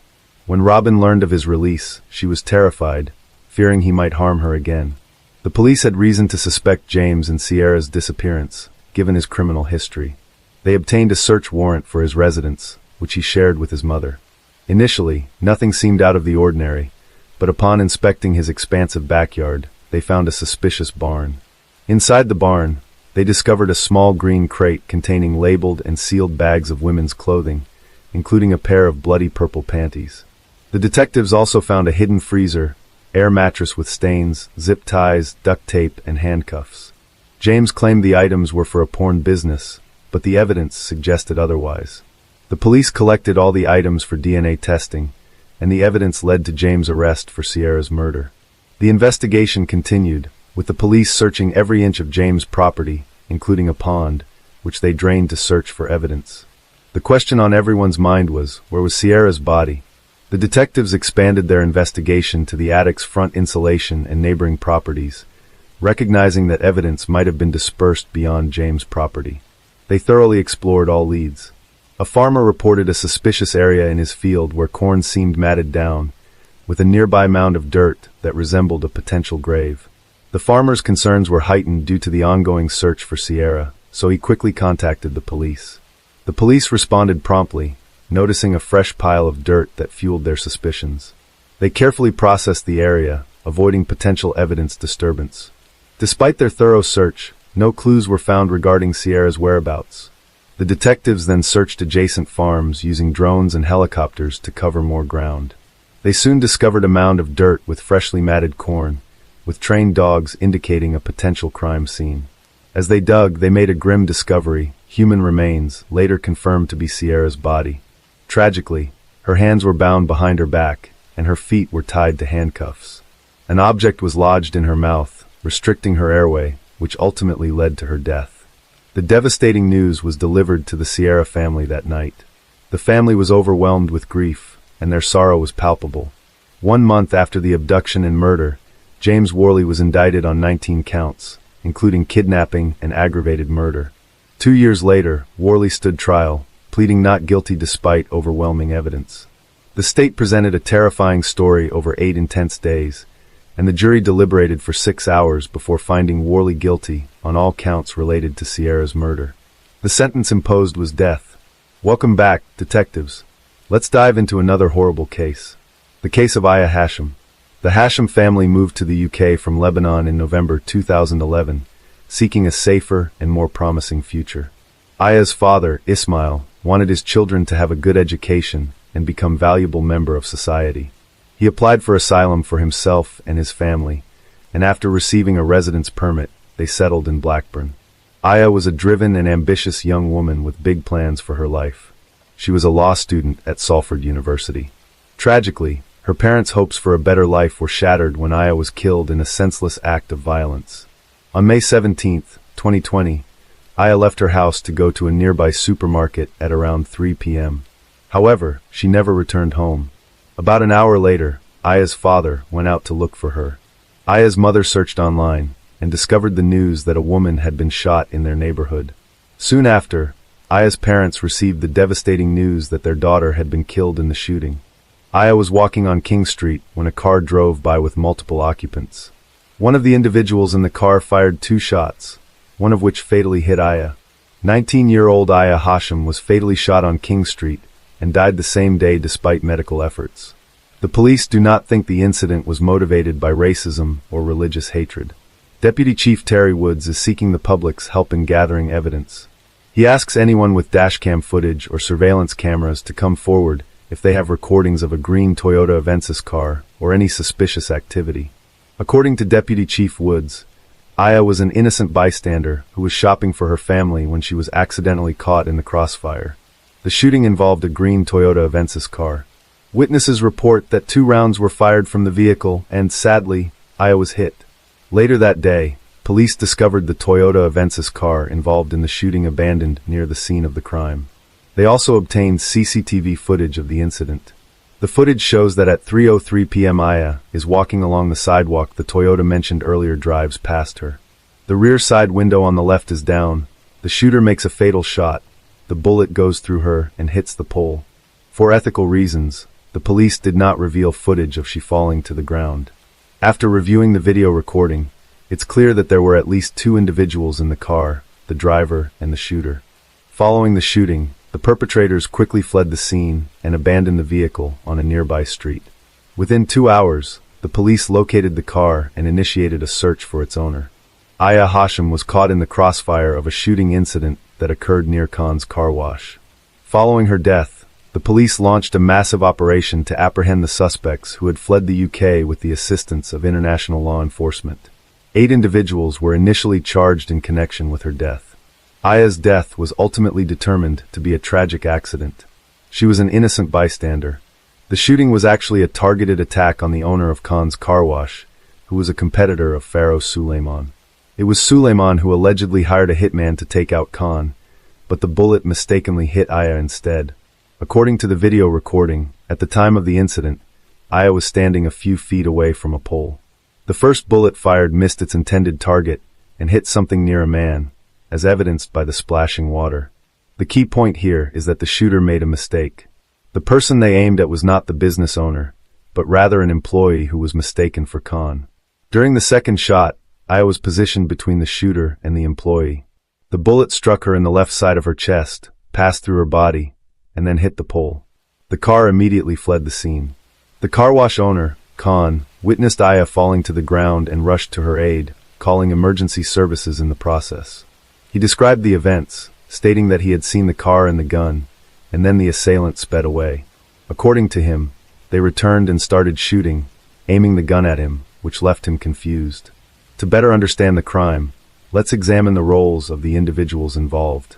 We'll start with the mastermind, Pharaoh Suleiman. Pharaoh Suleiman was a successful businessman with a loving family. Suleiman owned a thriving tire shop that had gained significant popularity over time.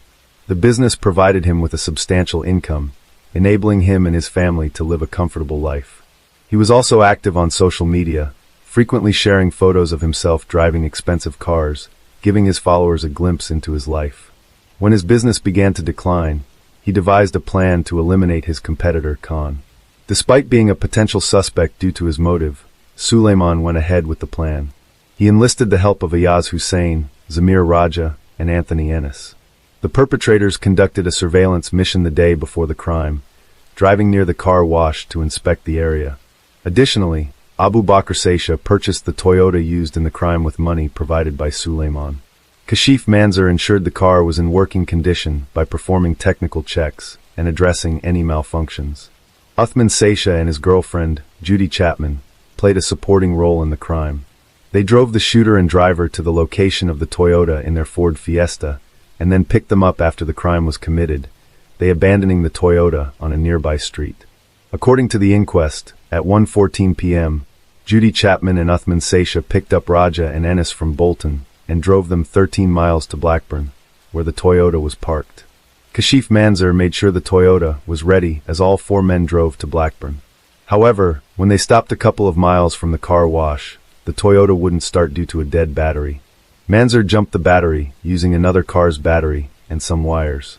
With the car started, Manzur handed it over to Raja and Ennis, then returned to the service station where Suleiman was waiting, watching from a front row seat to see what would happen. The Toyota approached the corner with its windows rolled down. Ennis and Raja circled the block several times, waiting for the perfect moment to act. They needed to be on the same side of the street as Khan's car wash. Meanwhile, Manzur and Suleiman were observing the situation unfold. On the 4th pass by the car wash, the Toyota slowed down. Coincidentally, Khan was on the street at that exact moment. However, the shooter, Zamir Raja, made a mistake and fired the first shot at a different employee, not Khan. Fortunately, the first bullet missed its target. but the second bullet hit Aya. Following the shooting, Raja and Ennis fled the scene, abandoning their vehicle and getting into a car with Judy Chapman and Uthman Sesha, who drove them away from Blackburn. When police reviewed the video of Suleiman's store, Ayaz Hussein entered the store. Suleiman signaled to the others who were aware of the incident to leave the room and go to the second floor. Abu Bakr Sesha, who had bought the Toyota involved in the crime, was sitting behind them. When Abu Bakr Sesha overheard the police radio mention that the perpetrator's car had been found, he immediately got up to discuss something with Suleiman. 9 days after Aya's murder, Zamir Raja, the shooter, fled to Portugal and met Anthony Ennis, the driver of the Toyota, at Lisbon airport. Both men had escaped the country. Meanwhile, the police were arresting the individuals involved in the crime. Faraz Suleiman, the mastermind, was arrested on May 18th, the day after Aya's murder. Abu Bakr Sesha was arrested on May 19th, and Judy Chapman and Uthman Sada were arrested on May 20th. The Yaz Hussein and Kashif Manzur were arrested on May 21st. Zamir Raja, who had hoped to return to England without being detected, was arrested at a London train station on June 6th. Anthony Ennis was caught in Spain on July 4th and extradited to the UK. Aya Hashim was murdered in Cannes. The owner of a car wash was nearly killed in a violent crime. Several suspects were charged, and at first, all of them denied any involvement. However, as the investigation continued and the pressure mounted, their stories began to contradict each other as they tried to downplay their roles in the crime. As the suspects' testimonies became more inconsistent, they started to turn on each other, revealing crucial details about the crime to the police. Each suspect tried to avoid a long prison sentence by blaming the others. On August 5, 2021, the court delivered its verdicts, resulting in severe sentences for all those involved. Pharaoh Salon, who had a prior conviction for a fatal hit-and-run incident in 2001, received a life sentence with a minimum term of 34 years. Raja, the shooter, was also given a life sentence with a minimum term of 34 years. According to reports, he was paid $500 for his involvement in the crime. The driver, Anthony Ennis, was sentenced to life imprisonment with a minimum term of 33 years. Ayaz Hussein, who orchestrated the crime, received a life sentence with a minimum term of 32 years. Abu Bakr Sesha, who bought the getaway car, will serve at least 28 years. Uthman Satatya, who arranged for the shooter and driver to be transported, will also serve at least 28 years, and Kashif Manzur, who made sure the car was working on the day of the crime, will serve at least 27 years. The judge was critical of the defendants, stating that they showed no regret for their actions after the shooting. Instead of taking responsibility, they tried to deceive and manipulate their way out of trouble. When that failed, they turned on each other in an attempt to save themselves. Judy Chapman was found guilty in October 2021 of involuntary deprivation of life. She was given a 15-year prison sentence for driving the car involved in the crime.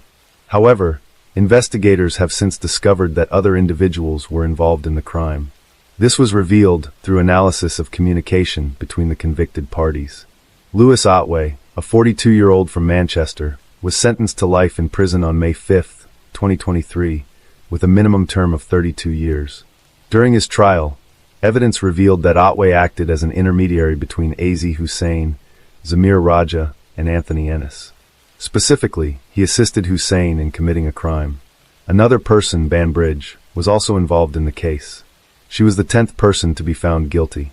Prosecutors said that Banbridge met with Raja and Ennis in Bolton, took their phones, and turned them off. Then, she drove to Trafford and turned the phones back on in different locations, making it seem like Raja and Ennis were in Greater Manchester, not Blackburn, when a shooting happened.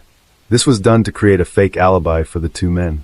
Banbridge, 32, admitted to conspiracy to pervert the course of justice and was sentenced to 23 months in prison on August 11, 2023. This was the last conviction in the case of Aya Hashim. Hi everyone, thanks for returning. Let's unravel another perplexing mystery. The case of Gretchen Harrington. Gretchen Harrington was born on June 13, 1967, in Pennsylvania. She was the youngest of 3 sisters, and her family moved to the small town of Brawl shortly after her birth. Gretchen's father, a pastor, took a job at the local church, and Gretchen quickly grew to love the town. She spent much of her free time outdoors with her sisters and friends. Brawl was a safe community where parents felt comfortable letting their children play outside until dark. As a member of a devoutly religious family, Gretchen spent much time at her father's church and excelled in Sunday school, always getting top grades. On August 15, 1975, Gretchen's family was eagerly awaiting the return of her mother and newborn sister from the hospital. Gretchen wanted to be home to greet them, but her father encouraged her to attend Sunday school to keep up her grades. Gretchen reluctantly agreed to go to church and set off with her Bible. Her older sisters, who usually walked with her, stayed home that morning. However, Gretchen wasn't worried about the short 8-minute walk to church. Sunday school is divided into 2 sessions. The first session takes place at Trinity Church and lasts an hour and a half. After that, some of the children go to Father Gretchen's church. But when the children arrived at the second church at 11:30 a.m., Gretchen's father noticed that his daughter was not there. He assumed she might be at the first church, so he called to check. The pastor's wife answered, informing him that Gretchen was not there. She then told her husband, David, who was a Sunday school teacher. He was surprised by the news, since Gretchen had not attended his class that morning. Gretchen's father became worried when he couldn't find her. He asked David to contact the police and started searching the area between the churches and nearby streets, but she was nowhere to be found. He also reached out to the parents of her friends, but they were either at church or home. Her best friend, who was also David's daughter, hadn't seen her all day. As news of Gretchen's disappearance spread, the police quickly launched a search operation. Hundreds of volunteers joined in, many of whom knew Gretchen's father from his church. Together, they searched the entire town, then moved on to wooded areas and the riverbank. A police helicopter was also deployed to scan the area from above. The search continued through the night, but to no avail. The next day, more volunteers joined in. Police posted flyers with Gretchen's photo and information about her disappearance along the roads. Despite their efforts, police were unable to find Gretchen. After several days of searching, no significant clues were found, and Gretchen's fate remains a mystery. The town is known for its safe environment, where children are often allowed to play outside freely without adult supervision from a young age. However, this sense of security is no longer there when Gretchen goes missing. Some people thought she might have run away from home, while others believed she had gone swimming in the river and drowned. However, the most alarming theory was that she had been abducted by someone. As a result, parents became extremely cautious and stopped letting their children go out alone. Police interviewed bystanders. They gathered some clues. One witness reported seeing a girl who looked like Gretchen near the church on the morning she went missing. According to the witness, a green sedan approached the girl, but the witness did not see what happened next. Another person shared a similar story, but this time described a white Cadillac approaching the girl. Police checked the owners of cars matching the description in the area. 4 days later, detectives received a new lead. A resident of Westchester, a town 30 minutes from Brawl, contacted police and reported finding children's shorts matching the description of Gretchen's clothing. Police immediately showed Gretchen's mother the shorts, but she confirmed that they did not belong to her daughter. The investigation into Gretchen's disappearance had stalled, with no progress made for several weeks. As a result, the police halted their search operation and shifted their focus to gathering more information. They continued to interview witnesses, but with each passing day, their hopes of finding Gretchen alive began to dwindle. Until October 14th, when police received a phone call. A jogger was running in a large national park, about 20 minutes from Brawl, when he stumbled upon a body. The jogger immediately alerted park rangers, who then notified the police. Upon arriving at the scene, police quickly determined that the body was that of a child. However, due to the severe state of decomposition, identification of the child was extremely difficult. Police suspected that Gretchen might be the victim, so they showed her parents the clothes found on her body. Gretchen's mother quickly identified them as her daughters because she had sewn them herself. Forensic experts later confirmed that the body was Gretchen's by comparing them to her dental records. They also determined that she had died from severe head trauma. Because the body was so badly decomposed, police were unable to gather further information, including whether Gretchen had been sexually assaulted. Additionally, DNA analysis was not available in 1975, leaving police without any further leads. News of the murder sparked renewed interest in the case, and police received numerous tips from the community. The investigation into Gretchen's death turned up no leads. Police screened nearby residents with a history of violent crime, but nothing came up. Months later, the case had made no progress. Over the years, the case was reopened periodically, and the police reviewed the available information. However, each time, the investigation yielded no new evidence. Even applying DNA analysis was of no help in this case, as no foreign DNA was found on Gretchen's body or clothing. The case of Gretchen's murder went unsolved for decades, occasionally resurfacing in newspapers and on television. However, it wasn't until recent years that the case regained widespread public attention. Two local journalists, Joanna and Mike, decided to write a book about the crime, dedicating several years to gathering information. As children, both Joanna and Mike grew up in the same town as Gretchen. Joanna, who was only 9 years old when the crime occurred, the town had changed forever, and children were no longer allowed to roam freely, leave home unsupervised. This fear lasted for years, leaving a lasting impression on the townspeople, the memory of Gretchen's murder still fresh in their minds. To write their book, Joanna and Mike had access to the case files and interviewed individuals involved in the investigation. By carefully piecing together the events surrounding Gretchen's disappearance, they were able to reconstruct the entire story. The book, released in 2022, brought attention to Gretchen's case. Months later, a woman contacted police about Gretchen. The woman said she was 10 years old at the time of the murder and lived in Havertone, near Gretchen's home. She was friends with Gretchen and her sisters, as well as many other kids in the area. She often slept over at friends' houses, and one night, while she was at her sister's house, she woke up in the middle of the night feeling someone touching her. When she opened her eyes, she saw their father standing in front of her, who quickly left. The next day, she stayed another night. Her friend's dad continued to come into her bedroom and started touching her. The next morning, she finally told one of her sisters about what happened to her. She was surprised that it happened quite often with her friends. When the woman returned home, she shared her entire story with her parents. However, instead of going to the authorities, they banned her from ever going to her friend's house again. This was just a week before Gretchen went missing. The woman eventually revealed the identity of the involved man in her story, David Zanstra, the same pastor who taught at Sunday school. She also shared that a month after Gretchen went missing, one of her friends told her about the incident, that a man had tried to kidnap her. The girl refused to get into his car and later confided to her friends that the real culprit was David Zanstra. The woman provided her personal diary as evidence of the information provided. In her diary entry on September 15, 1975, she documented her friend's request to keep the encounter secret due to fears of potential harm from David Zanstra. Upon receiving this new information, the police immediately reopened the investigation into Gretchen's disappearance. While reviewing the case files, detectives discovered several suspicious factors that indirectly implicated David Zanstra. It was David Zanstra who reported Gretchen missing to the police, providing investigators with a detailed description of her clothing: dark blue zip-up shorts with front buttons and pockets without zippers or buttons, and a white shirt with braided hair.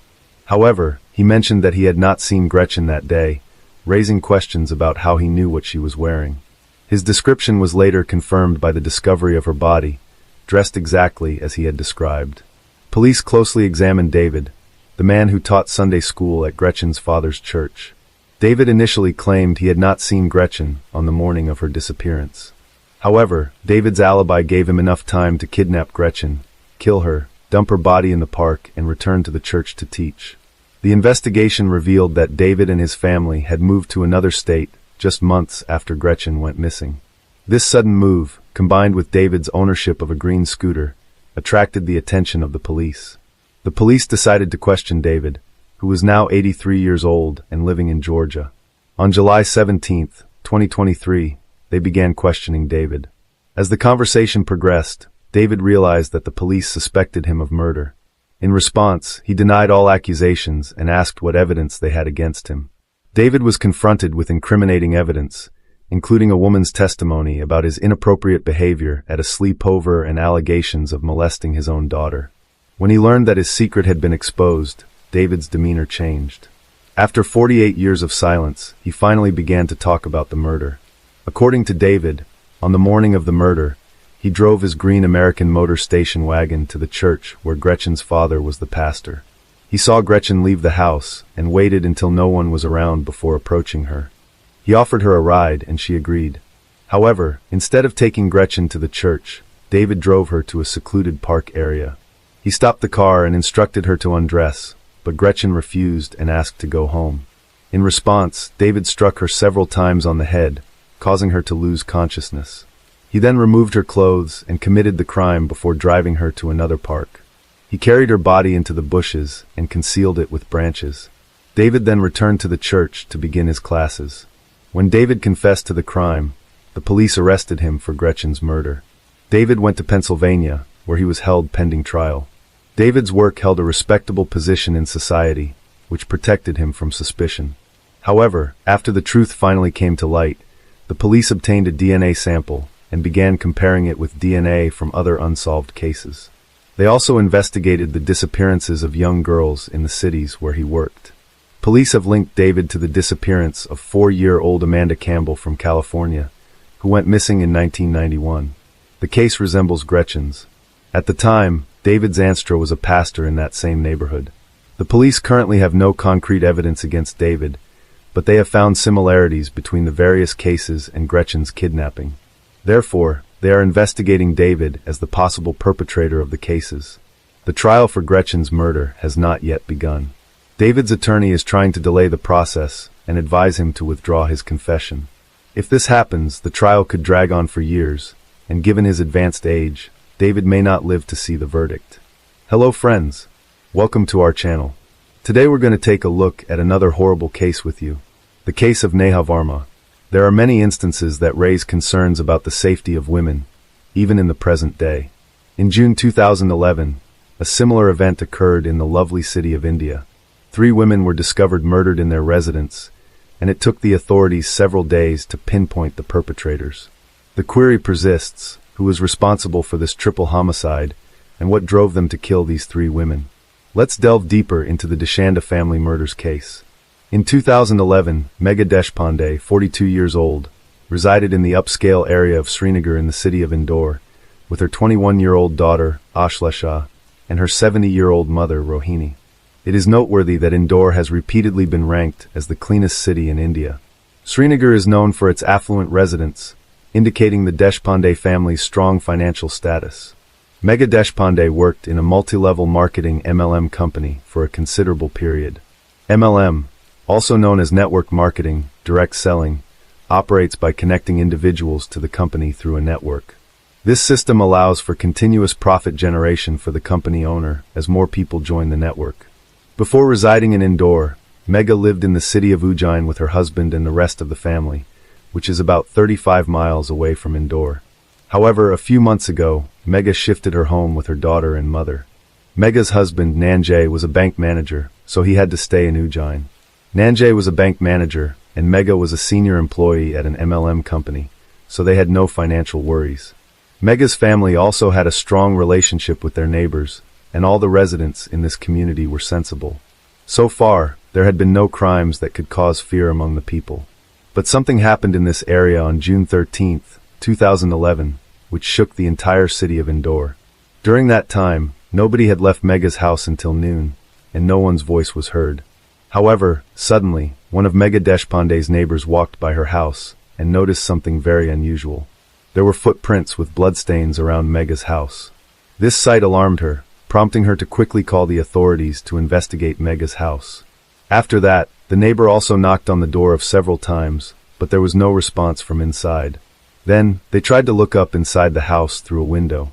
But upon seeing what was inside, he screamed loudly because he saw 3 women lying on the ground in the house, with blood all around their bodies. After this, in a state of panic, the neighbor quickly informed the police about it. For the police, this case was completely different because such an incident had never happened in the Srinagar area. Now gradually many people of this society came to know about this incident. And by the time the police reached the crime scene, a large crowd had gathered outside the Deshpande family's house. Then, the police entered the house and were surprised to see the bodies of 3 women who had been brutally murdered by the criminals. They seized the crime scene and began their investigation, discovering 2 bullet shells inside the house. A police officer observed that Megha had been fatally shot in the head, but they could not locate the second bullet, despite thoroughly searching every corner of the house. After this, the police called in the forensic team to start collecting evidence from the crime scene, and then the dead bodies of these 3 women were sent for post-mortem.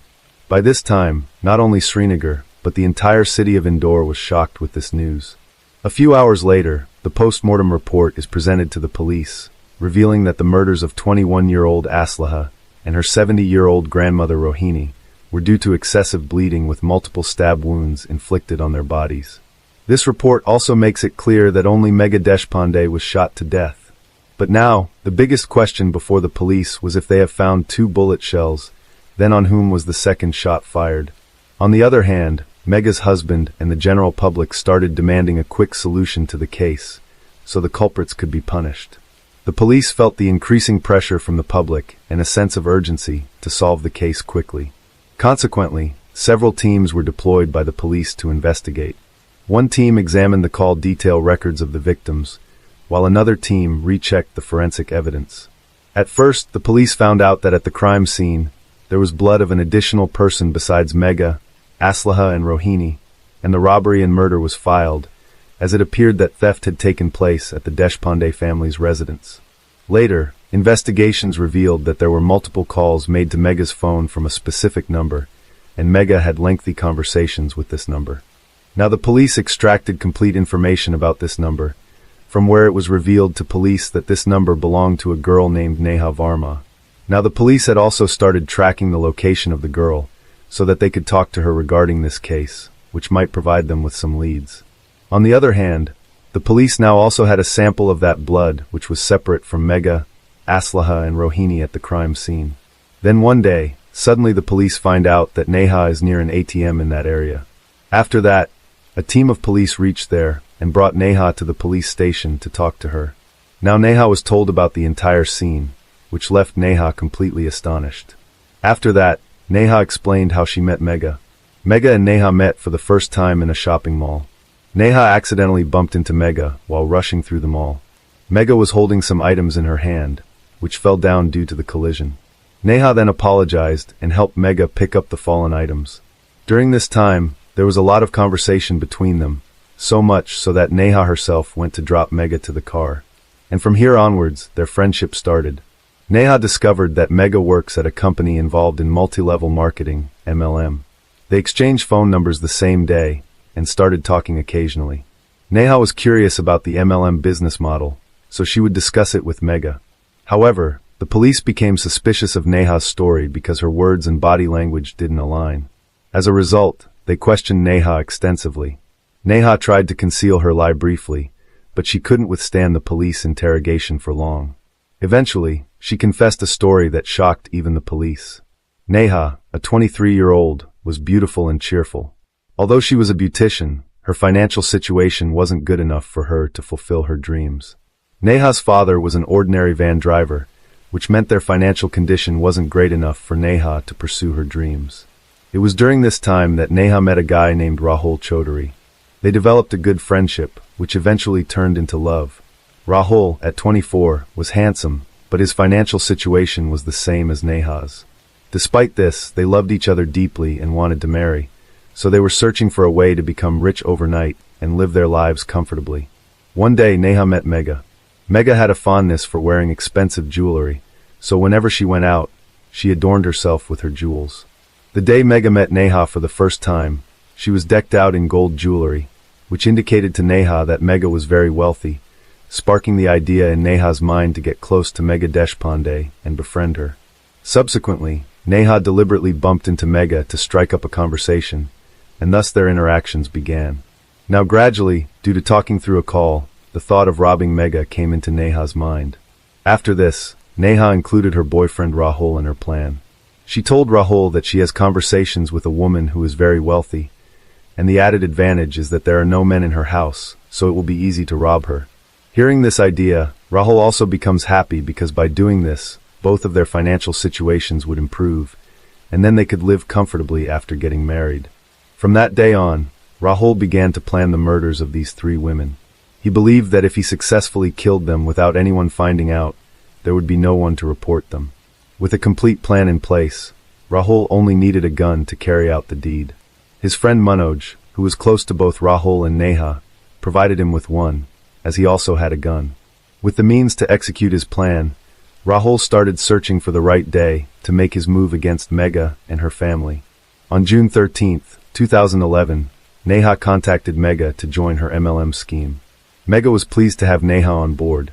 Unbeknownst to Megha, this day would bring unforeseen tragedy. Neha arrived at Megha's house early the next morning.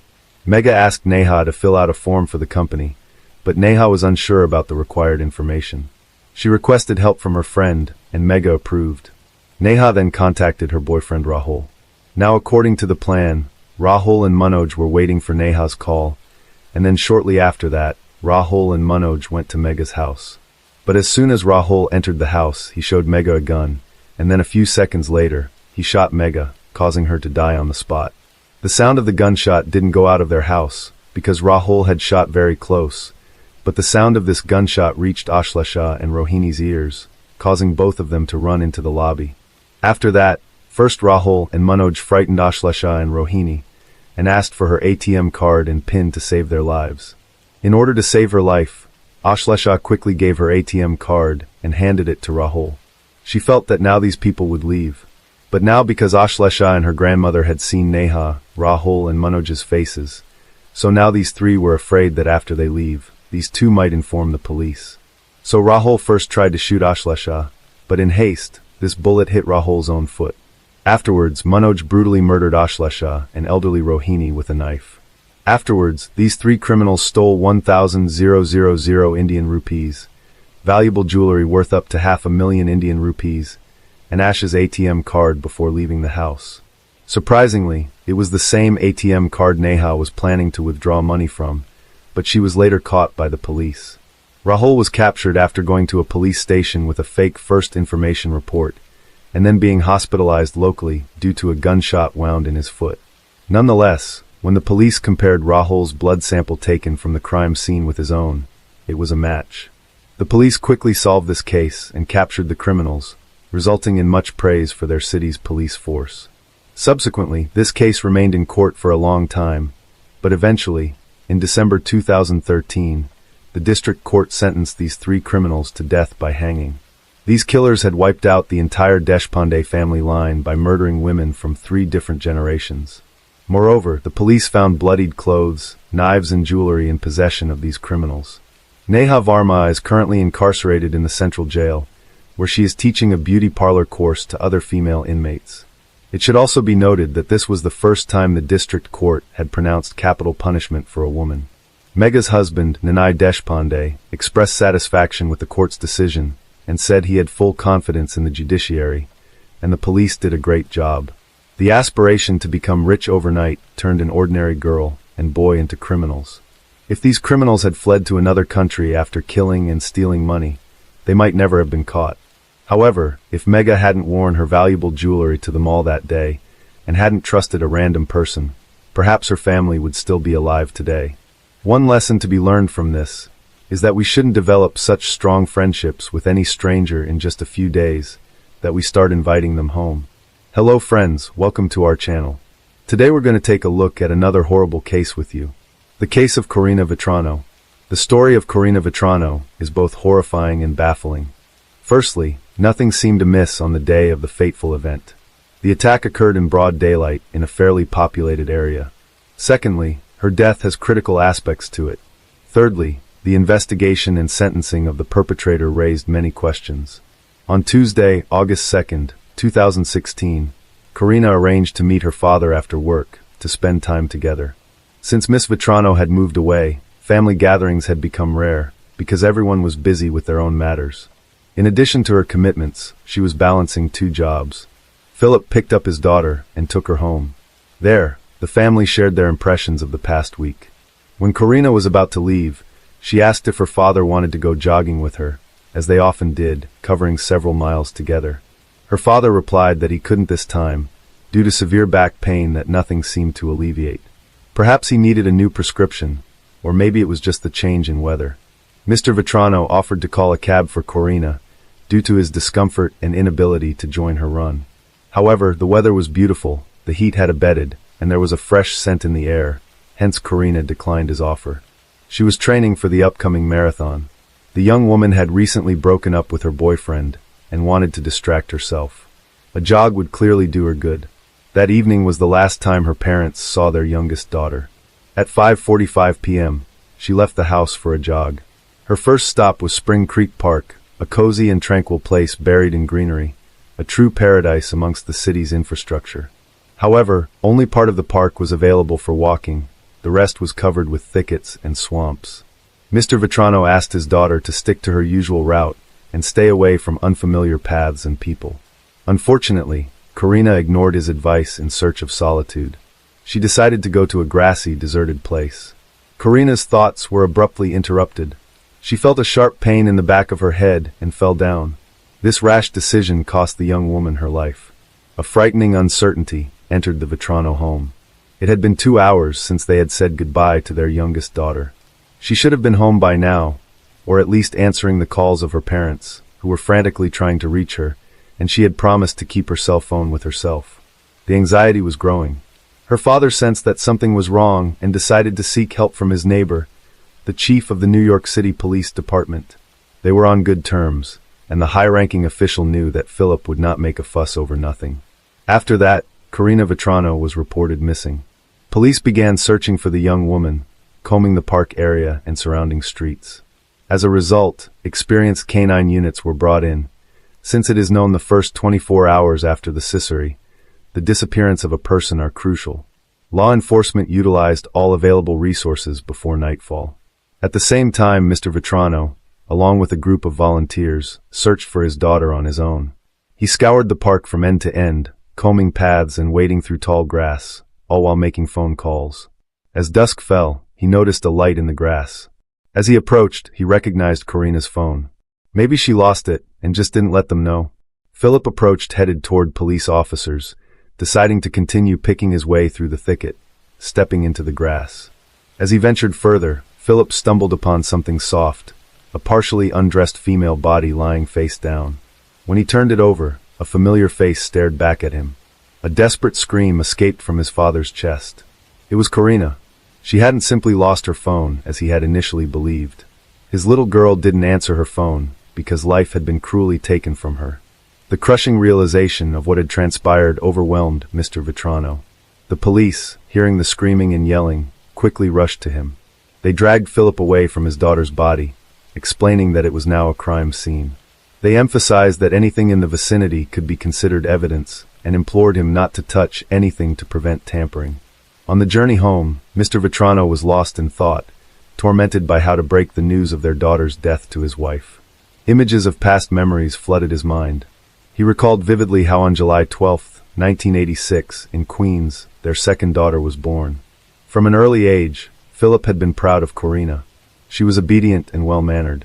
He remembered taking her to school for the first time, and how excellently she performed academically.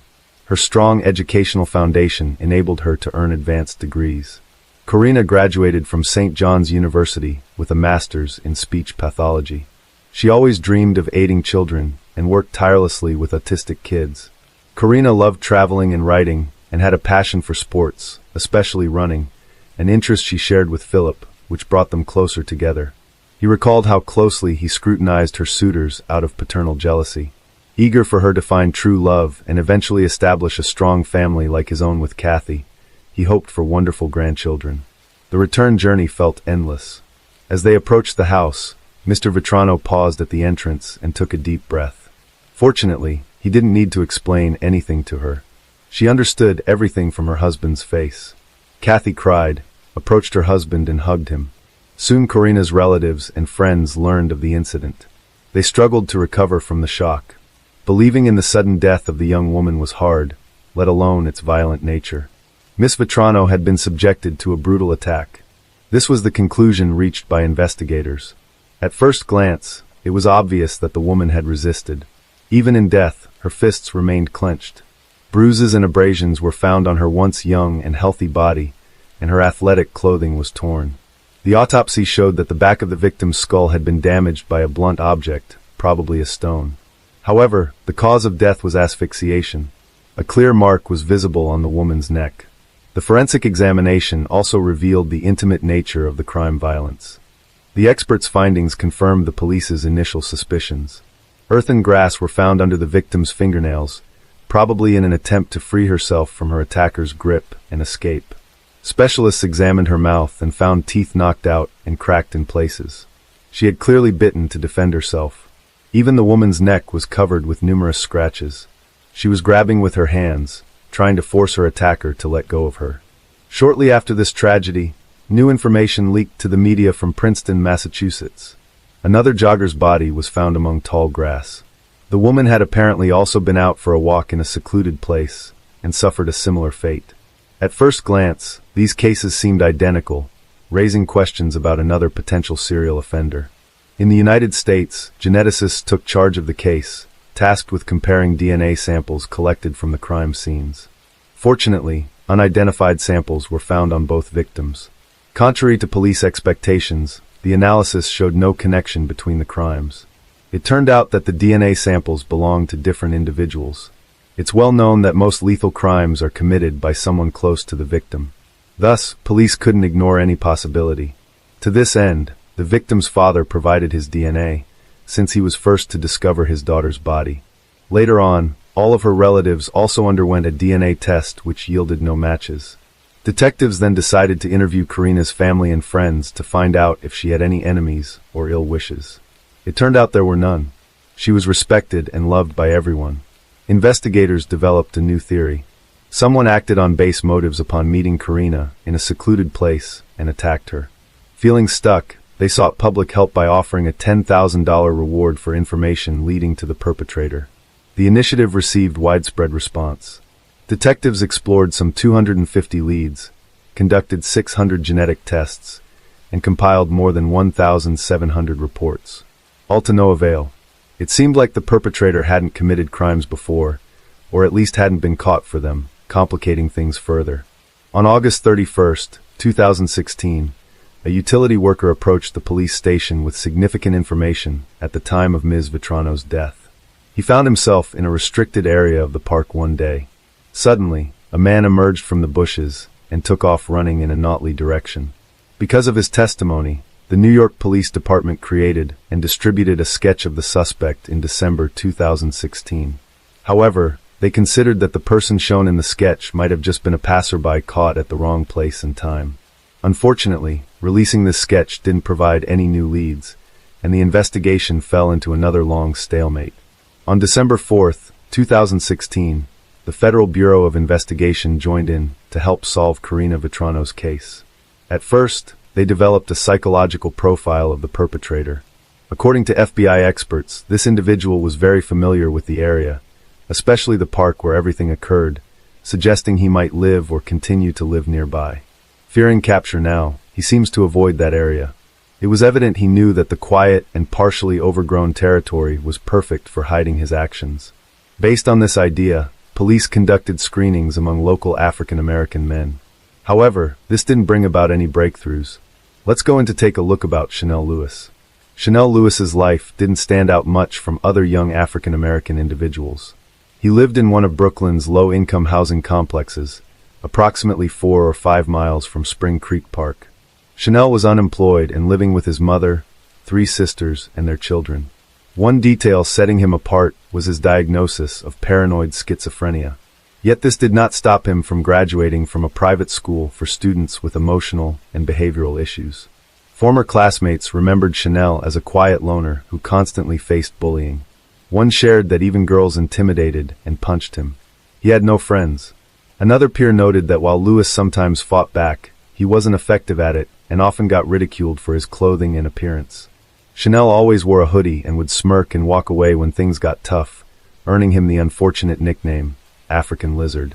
17-year-old Danielle Munes, a fellow student, described Chanel as a bright student with good grades. He liked to show me funny videos on the bus, she recalled. I never saw him being cruel. Some sources reported that the young man once claimed he wanted to harm all the girls during his time in middle school, even posing the question, "What happens if I bring a knife to school?" Dr. Edward Dana, the executive director of the school to which Chanel was transferred, commented on this. We received no reports of threats in middle school. During his time at our school, he had no disciplinary sanctions. I never heard him make threatening statements towards other students. Nonetheless, Chanel was a troubled teenager who often experienced bullying. He dreamed of working in social services, aspiring to help those in distress. When conflicts arose at home, he would wander the streets frequently and visit the park. Lewis had several minor encounters with the police, 2 for violations in Spring Creek and 1 for urinating in public in May 2016. Another incident happened when a local merchant reported Lewis for loitering in his store with a crowbar. Responding officers checked Chanel's ID and released him as he had no prior incidents. However, this information was retained by the police and later played a crucial role in the investigation into Karina Vetrano's death. In February 2017, Detective John Russo, who was involved in the investigation, remembered something significant. He had repeatedly seen a young man in a hoodie wandering around the park. Russo even attempted to follow him once, intrigued by his behavior. The young man walked slowly and stopped for long periods in front of houses near the park, as if scouting them for potential burglaries. However, Russo lost sight of him when he contacted his colleagues by phone. Following a store owner's report of suspicious activity, a teenager matching Chanel's description came to the police's attention 2 months into the investigation. Detective Russo recalled this wanderer, thinking he might have seen or heard something relevant. Investigators then focused on Chanel Lewis after Detective Russo took a closer look at his file. Chanel's peculiarities had raised their interest. The police began inquiries about him, questioning acquaintances and teachers. It emerged that he had allegedly expressed a desire to harm girls. This news stirred significant concern and suspicion. With no other leads, officers decided to focus on Lewis. It was discovered that during Karina's death, Chanel was not at home. After an argument with his family, he had gone to the park. Upon his return, his appearance was disheveled, his clothes torn, and he had visible bruises and abrasions. When his mother inquired about what had happened, Lewis claimed he had been attacked. His account matched the timeline with a witness's description of a man fleeing the park. Additionally, on August 3, 2016, Lewis's father, a former school principal, took him to the hospital for treatment of severe wounds, mostly cuts, and he also had an injured hand. The investigators reviewed the medical records from that day and found the story plausible. However, they noted similarities between events involving Chanel Lewis and Karina Vetrano. On February 4, 2017, Chanel was brought to the police station and voluntarily provided his DNA for analysis. Detectives wondered if a perpetrator would willingly do this. The interrogation began on the morning of February 5th. Lewis admitted that he was indeed in the park around 5 p.m. on August 2, 2016, but clarified he was walking on dirt paths, listening to music, not through thickets. He confessed to encountering a young woman jogging with her phone in her hand. When asked by detectives if something happened when he encountered her, Chanel nodded and quietly said yes. "I was walking in the park, trying to distract myself from a family argument. When I met a woman alone," he began again. "I decided to follow her. When she passed by me, I grabbed her shoulders and threw her to the ground, then hit her face about 5 times so she couldn't scream." He recalled how his punches knocked out several of her teeth, injuring his own hand in the process, echoing details eerily consistent with earlier evidence they had gathered. He also mentioned that the struggle lasted about 5 minutes. Miss Vetrano fiercely resisted by biting. To avoid drawing attention, Lewis dragged her off the path into Tall, where he tried to undress and assault her. She was horrified but kept resisting. Chanel then strangled her until he realized she was no longer alive. When asked if he knew the victim beforehand, he replied, "I did not know her before this. It all happened by chance." The motive for the act was unexpected and bizarre. Loud music played by a neighborhood gang member for hours had triggered Chanel's hatred and uncontrollable aggression. These negative emotions were unleashed on the unfortunate woman, a strange reason indeed. Investigators' confusion faded when DNA comparison results matched perfectly. Microscopic traces found on the victim's body and phone belonged to Chanel. Consequently, the police and prosecutor concluded the case was solved and ready for court. However, the motive still seemed unlikely. It's possible Chanel had noticed Karina before, since he often went to that park. He might have seen her with her father, liked her, and decided to approach her. After being rejected, he became furious and attacked her, causing the situation to spiral out of control. This scenario would have been more understandable. On November 5, 2018, the trial against Chanel Lewis began. Despite his previous statements to authorities, Lewis pleaded not guilty, a stance echoed by his family denying his involvement in the crime. The prosecution charged Lewis with ending a life and sexual assault, facing him with a sentence ranging from 25 years to life imprisonment. The debate over Lewis' guilt not only unfolded in the courtroom, but also spilled over into the media. Lewis' defense team stirred things up by pointing out alleged legal violations during his arrest, along with several news outlets. They claimed racial bias and discrimination. However, the judge dismissed these allegations as baseless, emphasizing that the investigation complied with legal standards. The prosecution presented tangible evidence and DNA analysis findings, while the defense argued that this evidence was insufficient and contaminated due to many people at the crime scene, including Karina's father, who discovered her body. Forensic biologist Linda Rosano stated that odds of the DNA belonging to someone other than Lewis were 1 in 6 trillion. The prosecutor also introduced Lewis' phone records, revealing his internet searches on second chances and forgiveness in Catholicism, which raised questions about what sin Chanel hoped to atone for. The release of Lewis' confession video sparked further controversy. His lawyers argued he was under immense pressure, leading to a coerced confession. They suspected police might have fabricated evidence. The recording commenced only after Lewis was pressured, raising concerns that the search of his home violated protocols. The defense suggested that the investigation into Karina Vetrano's death was initially mishandled. With public pressure mounting for an arrest, they argued, Lewis became a scapegoat. The jury was deeply influenced by the defense's compelling arguments. After considering both sides, jurors could not reach a conclusive verdict. On November 21, 2018, the judge declared a mistrial. A retrial was initially scheduled for January 22, 2019, but later postponed to March 2019. Following 5 hours of deliberation during the retrial, Chanel Lewis was ultimately found guilty of Karina Vetrano's death and sentenced to life without parole on July 23, 2019. The defense employed delay tactics by citing an anonymous source to allege misconduct by a juror, suggesting jury pressure and conspiracy. A case that seemed straightforward at first sparked widespread prejudices and fears in society. Karina Vetrano's tragic death affected many, serving as a stark reminder for women to remain vigilant about their safety. Nancy Lagerquist. On the night of Sunday, July 1, 1990, Nancy Lagerquist, an icky 7-year-old resident at Riverside Healthcare Center, was last seen alive. At around 3:30 a.m., a care worker witnessed the elderly woman sound asleep in her bed. She was not distressed and appeared peaceful. The care worker closed her bedroom door and moved on to the next room. Nancy had been a resident at Riverside since December of 1988. Born in Hamilton, Montana, in 1902, she graduated high school at the age of 18 and spent much of her life working as an executive secretary. Nancy was an active member of the Missoula Business and Professional Women's Club prior to her retirement. She never married, had no children, and had little in the way of relatives at the time of her death. Those family members, a sister, 2 nieces, and 3 nephews, didn't live near the care home. By all accounts, Nancy lived an ordinary life in the care home. She was unable to walk, and so she required around-the-clock assistance. There was nothing about her background to suggest there was a target on her back at the time of her death. At 4:30 a.m., 1 hour after Nancy was checked on at Riverside on July 1st, a worker checked on her room once more. This time, however, the alarm was raised. The 87-year-old was gone. The 5 employees on shift scattered across the building in an attempt to locate the elderly woman, but there was no sign of her. 11 minutes later, at 4:41 a.m., the police were alerted to Nancy's disappearance. Law enforcement promptly arrived on the scene, accompanied by search and rescue teams. They carried out an extensive search of the home and the surrounding area.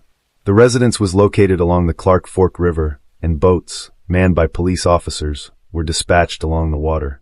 At 6:30 a.m., the search was called off. Authorities had found Nancy dead near the riverbank, about 30 minutes downstream from Riverside. She had been murdered in a manner that was described by police as ritualistic. The circumstances of her death were violent, stemming from sexual assault with an object. Her body was then dumped into the water. To investigators working on the case, it soon became apparent that they would have their work cut out for them. The fact that Nancy's body had been put in the water had washed away any traces of forensic evidence, and her diaper has never been located. The police have never put forward a theory about the weapon used in the murder, and it, too, has never been found.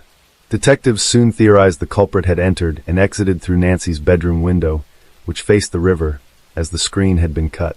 However, the perpetrator had managed not to leave behind any evidence on the window, or sill, or in the rest of the bedroom. Furthermore, none of the alarms had gone off at any of the entrances, and all were in working order. It's unclear if the home was dusted for prints, but given the amount of staff, residents, and guests coming and going from the home, it would have been a very arduous task if it had. The only lead in the case was a man seen by a member of staff at around 4 a.m., walking through the tar park of the neighboring Missoula Athletic Club, away from the river and towards East Broadway Street. He is described as being white, between the ages of 30 and 40, and weighing around 180 to 200 pounds. He has light brown, collar-length hair, a mustache and brown-rimmed glasses, and was wearing an untucked white and brown striped t-shirt, tan-button front shorts, and white tennis shoes with white socks. His t-shirt was longer at the back than the front. This man was never considered a suspect, but was wanted for questioning. However, it's unclear if he ever made contact with the police, or was even identified by them. Reportedly, the description led to the police becoming inundated with reports. Due to Nazi's minimal family ties, a family connection was quickly ruled out, after which the authorities turned their attention to staff members. Staff at the care home would be familiar with its layout and its security measures, and would know who was best to target. Investigators felt that the murder could well be an inside job, and homed in on one male staff member in particular. He was eventually cleared of being involved, but left the care home less than a month later. It is unclear why he left. After ruling out the staff member, the police began to look at the possibility that the crime was the work of an outsider. They noted that security focused on the doors to the home, not the windows, and speculated that Nancy was picked because she was in a room facing onto the river, and was not targeted for any reason more specific than that. They interviewed a man named James Bailey on multiple occasions, but eventually dropped him as a suspect. Eventually, detectives looked back at the witness statements they'd collected regarding any other potentially suspicious deaths in the home. One nurse had drawn their attention to the demise of an 86-year-old woman named Bertha Scott, an Alzheimer's sufferer who was discovered dead in her bed on May 2, 1990. She was put into restraints at night to stop her from wandering off, and because she'd suffered from heart disease, her death was assumed to be from natural causes. Neither the staff nor her family felt her demise was suspicious, except for the one nurse who had noted a bruise on Bertha's neck. She was buried without autopsy. Around the time of death, the care home staff had also noticed that there had been some tampering with the windows of the physical therapy room, although nothing ever really came of this. On the back of the nurse's comments, the police decided to exhume Bertha's body and double-check her cause of death. Her family was shocked when the police announced that she had actually been raped before being strangled to death. Bertha's life was rather different from Nancy's. She had been born in Pennsylvania in 1904 and was married 20 years later. She had moved to Missoula just 2 years before her death, so that she could be closer to one of her surviving children. 4 of her 6 children had died before her, though she was succeeded by a vast number of grandchildren. During Bertha's medical examination, it was discovered that semen had been left behind. Although a sample was collected, it was too degraded to produce a DNA profile, which would help the police find her killer. From here, both cases grew cold. In 1992, a man at another care home was arrested for sexually assaulting one of the residents. However, he was in prison at the time of the murders. The police also suspected Lloyd Chase Allen of being involved that same year, but he too was behind bars when the crimes were committed. In 2002, the Missoulian reported that several of the care home residents had spoken of a man who roamed the halls at night, but staff had never been sure if he was real or not because the residents' memories and testimony were often unreliable. It's possible this man was real, and that there are more cases like Bertha's where residents were killed, but it was deemed that they had died from natural causes. However, without DNA evidence, a confession, or further investigation, it seems likely we will never see this case solved. Kaysera Stops Pretty Places, born on August 14, 2001, Kaysera Stops Pretty Places and her large family were members of various Native American reservations in Montana, including the Crow and North Cheyenne nations. An extremely athletic individual, Kaysera was fond of basketball, football, running cross-country, and wrestling. In her teen years, she had performed in several plays at Hardin High School and participated in the school's choir. She had a big heart and was described as compassionate and loving by all those who knew her. She could often be found tending to stray animals in her spare time. But Kaysira's biggest ambition was to become a performer. She wanted to act and sing, and the future looked bright for the determined team, until her life was horrifically ripped away, shortly after her 18th birthday. Kaysira was last seen on August 24, 2019 in Hardin, a rural town less than half a mile off the Crow Reservation, where she lived with her legal guardian and grandmother, Yolanda Frazier. It's unclear where the teen was aiming to go, but one thing is for certain, she never returned home. She had planned the following day to meet with her mother to visit North Dakota, but she failed to turn up for this get-together. Her family quickly noticed that their texts were going unanswered, their phone calls simply rang, and that Kaysira was not active on social media, which was perhaps the most telling clue of all that something was wrong. Later that day, Kaysira's aunt, Priscilla Boltio, went to report her niece missing to the Bighorn County Sheriff's Office, but was told there was a mandatory waiting period before the report could be filed. This was later proven to be a lie. In Montana, anyone under the age of 21 is considered a minor, and that Amber Alert should have been issued. Instead, it wasn't until August 27th that Kaysira's family was able to file the missing persons report. The police reportedly told Priscilla that the teen was probably out with her friends. There is no record, but following her disappearance, law enforcement attempted to search for the teenager. They also didn't hand out flyers, which may have helped trace her final movements and prompt witnesses to step forward. Priscilla felt that because of Kaysira's troubled past and history of running away, law enforcement didn't take her case seriously. Although much of the 18-year-old's past remains a mystery to the public, it has been noted in recent articles that she had some issues with alcohol. In April of 2019, she was found unresponsive at school because she was heavily intoxicated, and she had to be rushed to the ER.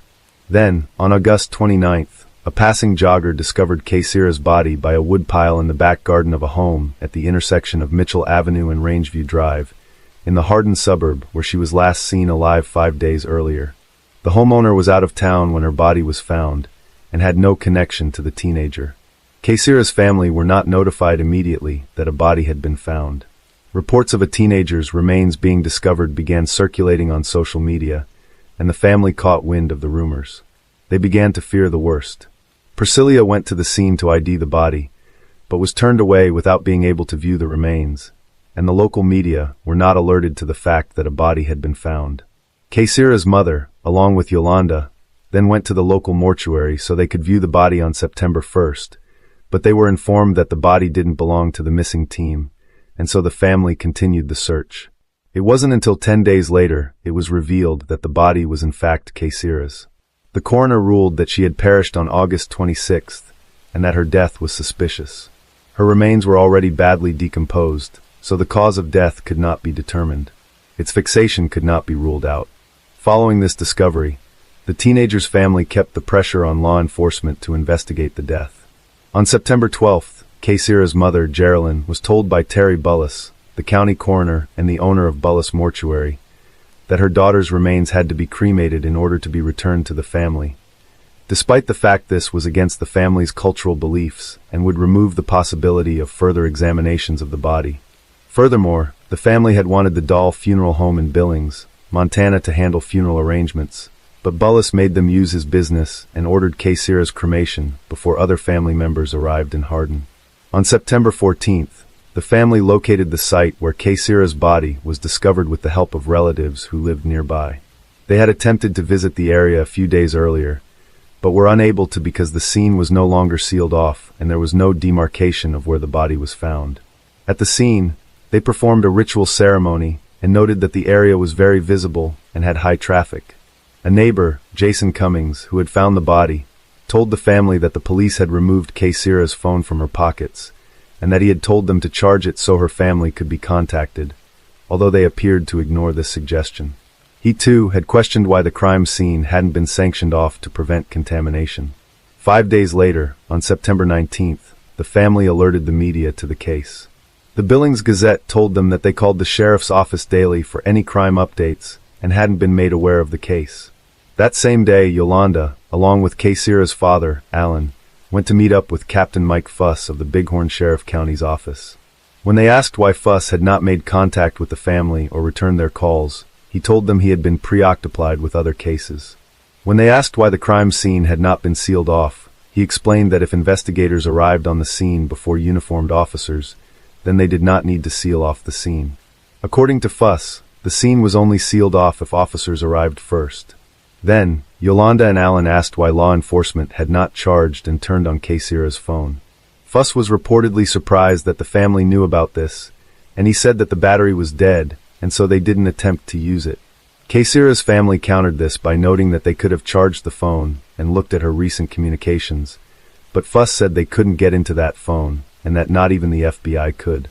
Furthermore, Fuss implied that Kaysira had died from alcohol poisoning where she was found and seemed angry when the family told him they were offering a $5,000 reward for any information.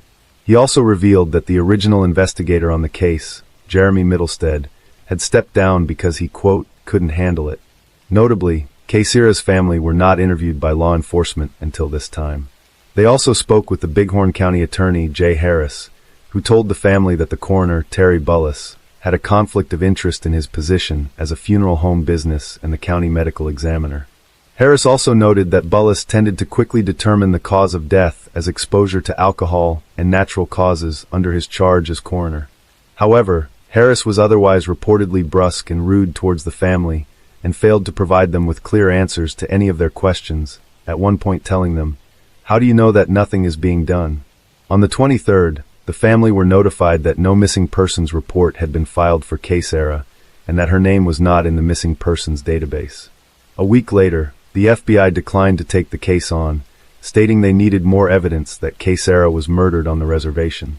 Interestingly, just days before Kaysira vanished, she had filmed a video of several police officers beating her 15-year-old wheelchair-bound brother and uploaded it to social media. The incident involved several deputies from the Bighorn County Sheriff's Office, leading to several officers being reprimanded. It is believed one of the officers who responded to the scene where Kaysira's body was found was one of those involved in the beating. This has sparked much speculation that the police were involved in her death or opted not to investigate in retaliation for Kaysira attempting to hold them responsible for their actions. In August of 2021, 2 years after the teenager's death, a fresh report revealed that 4 witnesses had been discovered. The statements of these individuals are not fully consistent, but generally describe a series of events which led to an argument outside of a home on Rangeview Drive at around 3 a.m. on August 26, 2019, involving Kaysira and 3 other unarmed individuals, including a 17-year-old girl, 19-year-old woman, and 23-year-old man. Some reports mentioned that Kaysira had been hanging out at the house and that an occupant had purchased alcohol for her. Reportedly, her blood alcohol level at the time of her demise was 0.149.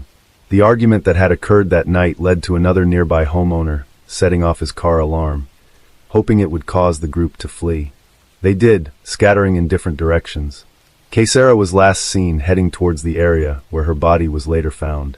The new report also mentioned that no foreign DNA was discovered underneath her fingernails and that she was diagnosed with asthma shortly before her disappearance.